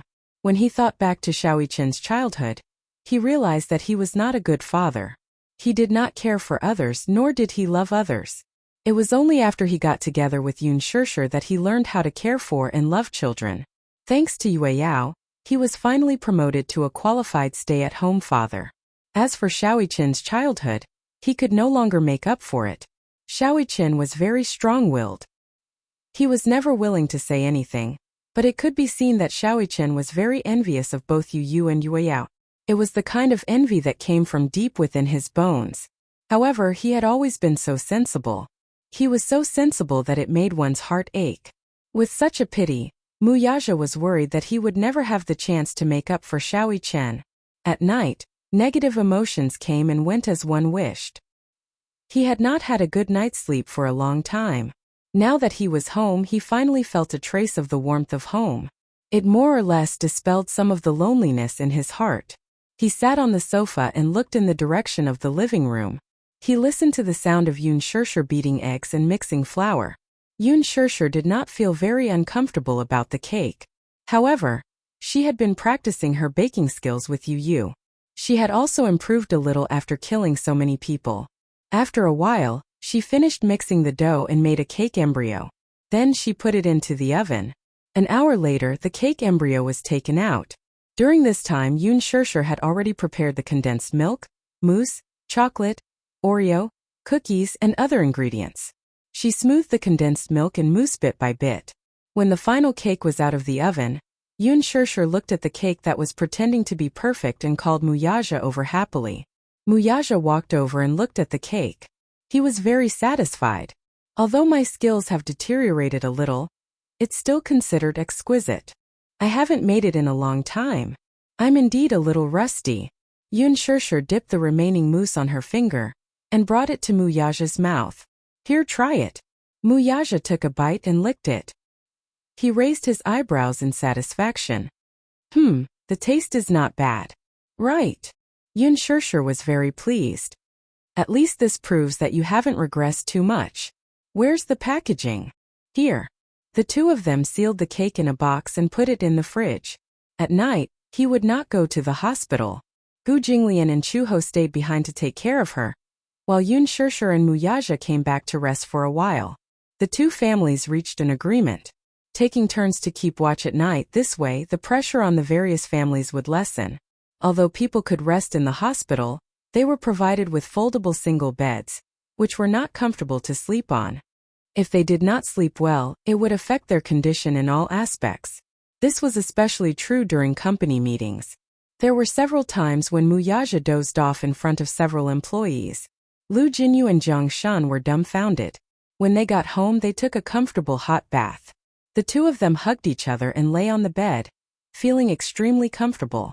After so many days of stressful life, they finally relaxed a little at this moment. Yun Shirshir lay on Muyaja's chest and asked worriedly, "Will Shaoqian really be safe?" Muyaja opened his eyes. Actually, he was not sure about this, but I believe that my son is blessed by the heavens. He will definitely be fine. Chapter 45-51. As she spoke, Yun Shirshir laughed self-deprecatingly. People only realize how precious that person is when they are on the verge of losing them. Thinking back, Shaoqian has always been very sensible. That day when he was critically ill, I was waiting outside the door and kept thinking about it. I feel like I owe him too much. In the future, there will be plenty of opportunities to make it up to him. I'm just afraid that there won't be any more opportunities. Don't say such things that destroy the morale of our own people. Muyaja paused for a moment and immediately comforted her. The vaccine has already been developed. Don't think too much. Don't let your imagination run wild. Go to bed early. Okay. Yun Shirshir closed her eyes and lay on his chest. It was rare for her to sleep so peacefully. The next day, the sun was shining brightly. The gloomy weather for a few days finally came to an end. The sun was shining brightly and the weather was good. Yun Shirshir woke up and drew the curtains. Receiving such warm sunlight, the gloominess in her heart finally dissipated a little. Yun Shirshir woke up early in the morning and was busy in the kitchen. Besides the cake, she also had to prepare some dishes. Muyaja applied for leave and brought the cake to the hospital with Yun Shirshir. Gu Jinglian and Chu Ho were a little confused when they saw that they came with a cake. Whose birthday is it? Yu immediately said. Mommy's birthday. I remember. Wuxia was also beaming with joy. The atmosphere in the hospital was always oppressive.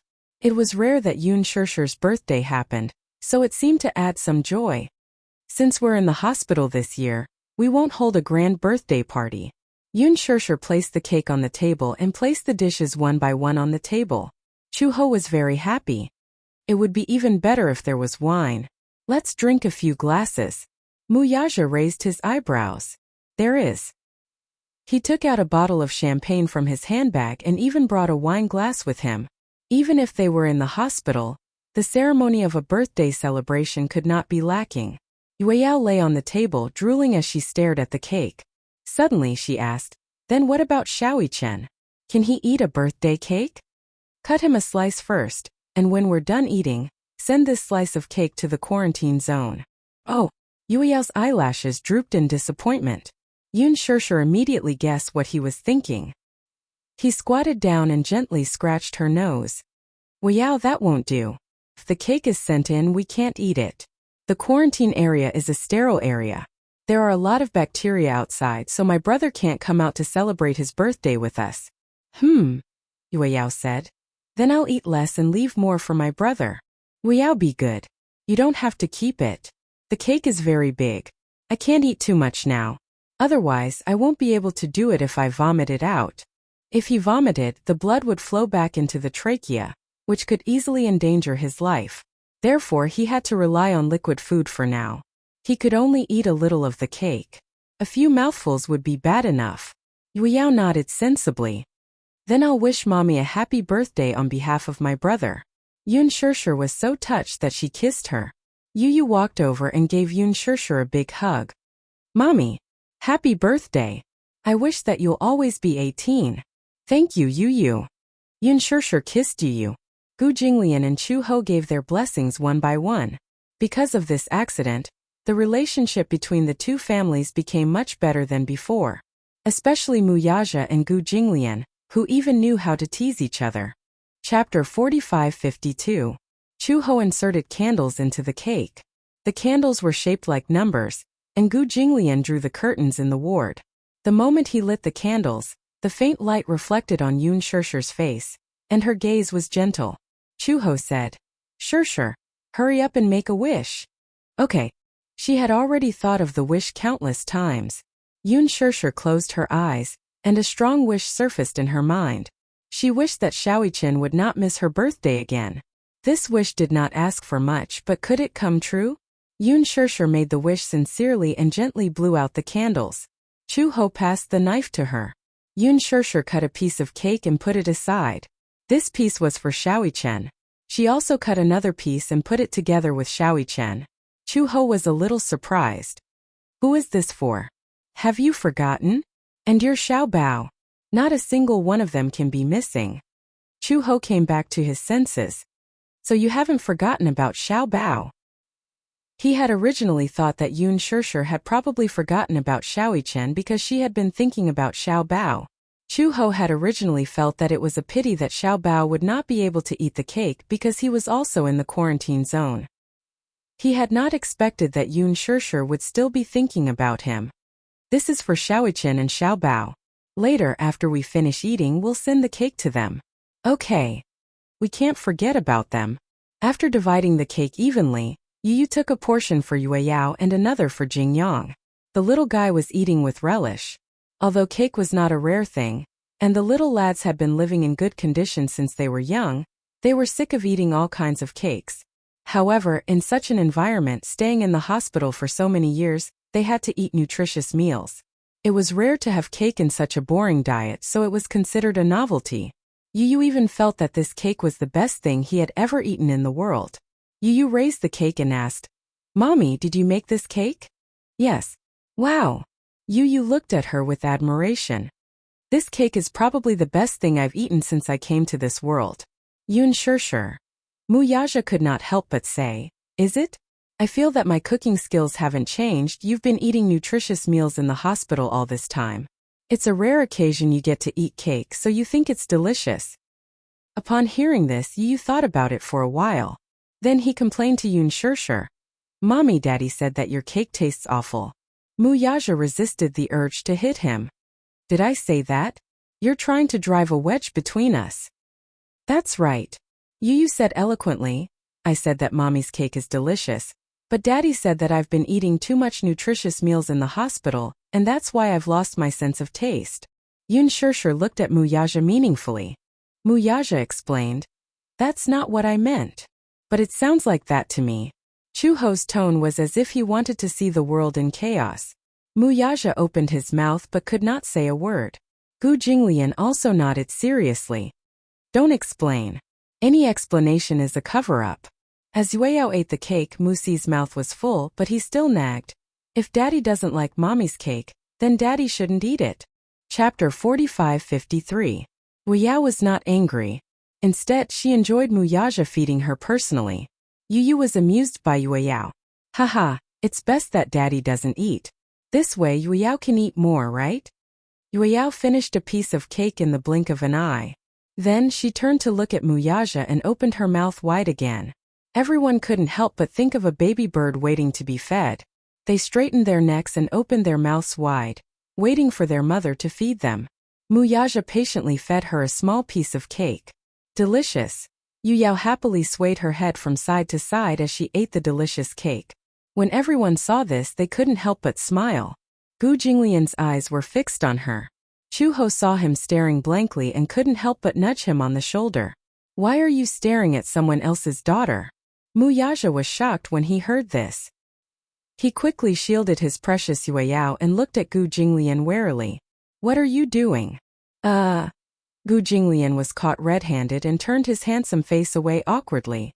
Chuho laughed. I think someone is envious. Envious of having a little princess. Yun Shirshir was surprised. Hey, didn't you have twins? Jinglian, where's your Qianqian? At the mention of Qianqian, Gu Jinglian's usually arrogant face was filled with disappointment. Chuho laughed even harder when he heard this.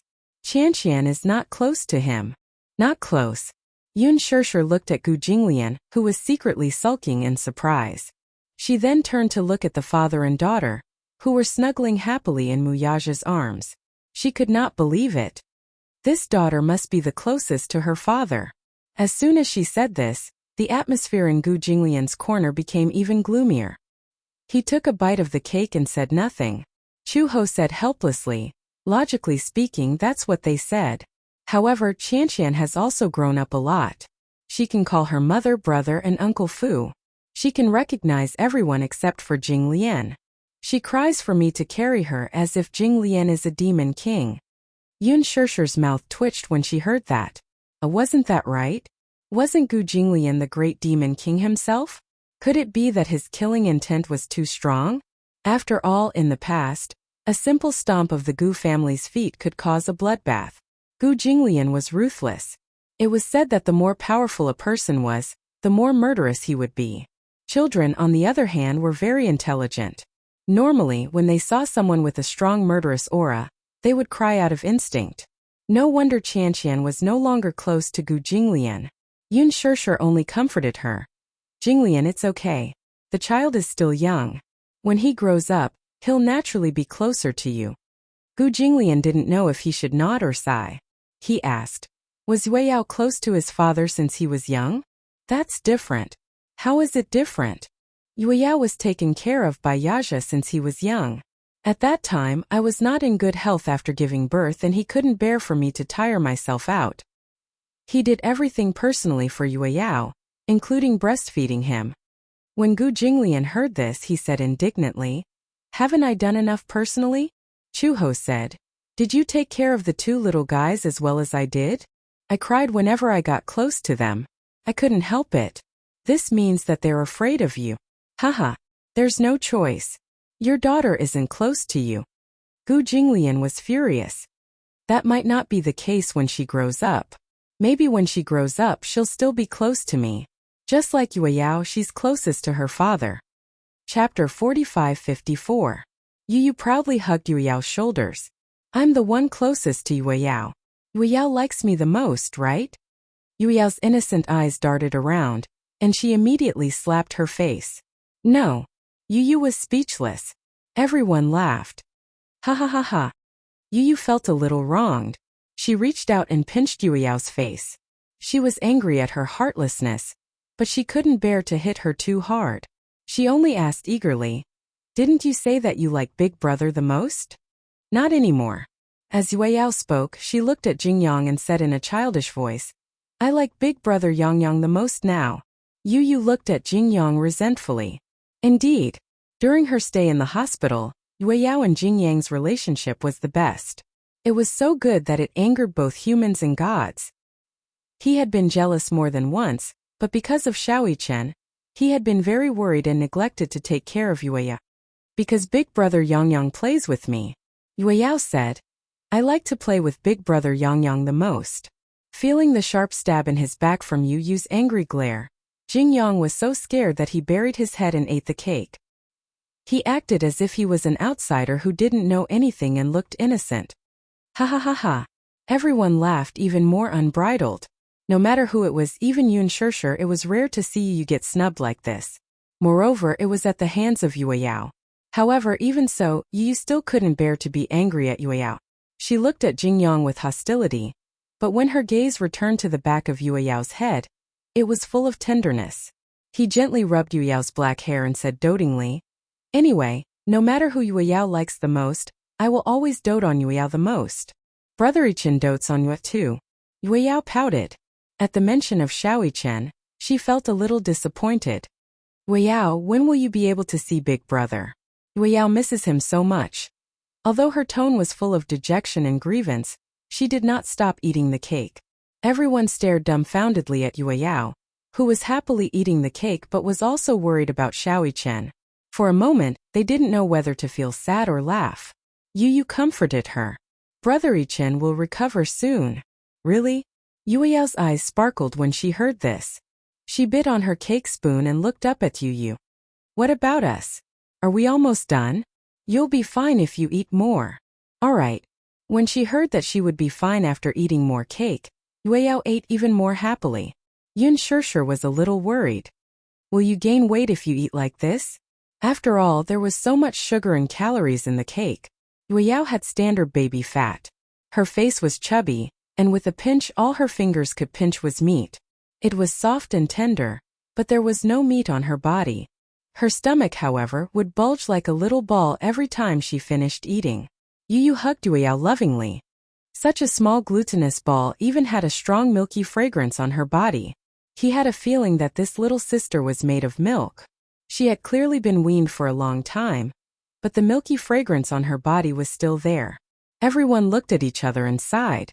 Only 2 people were missing from such a joyous and harmonious scene. The 2 cakes were carefully kept and sent to the quarantine area by the nurse. Chapter 45-55. "Eh? A cake?" Xiaobao asked the nurse. "Whose birthday is it?" "Muichen's mother. It's her birthday today, so she said that she can't leave you guys behind." Xiaobao was a little envious when he heard that. "How nice. We can celebrate our birthdays together." The nurse squatted by the bed and comforted him. "Eat this cake and get better quickly. Then you can leave this place quickly." "Okay. Thank you, Auntie Nurse." When the cake was sent to Xiaochen's ward, Xiaochen had just finished his drip. When he saw the cake, he immediately remembered that it was Yun Shishir's birthday today. He had been isolated all this time, so he didn't know that the date outside had changed. The concept of time had been deeply blurred because he was isolated from the world. It was a little regretful. He couldn't accompany his mommy and sing her a happy birthday song on her birthday this year. When will I recover? He was really tired of this place. Xiaochen was vexed. Back then, when he found out that his illness had worsened, he didn't think much of it. He felt that no matter what, he would be able to turn danger into safety. He was never afraid of death. It was also because of this courage that he didn't take the flu to heart. However, he didn't expect that because of this carelessness, he would become the one with the most serious illness. He had been on the verge of death several times. Until now it was like a nightmare. He wasn't afraid of death. He was only afraid of separation. The nurse said, "Your mommy asked me to pass on a message to you." When Xiaochen heard that his mommy had something to tell him, he sat up excitedly. "What did mommy say to me?"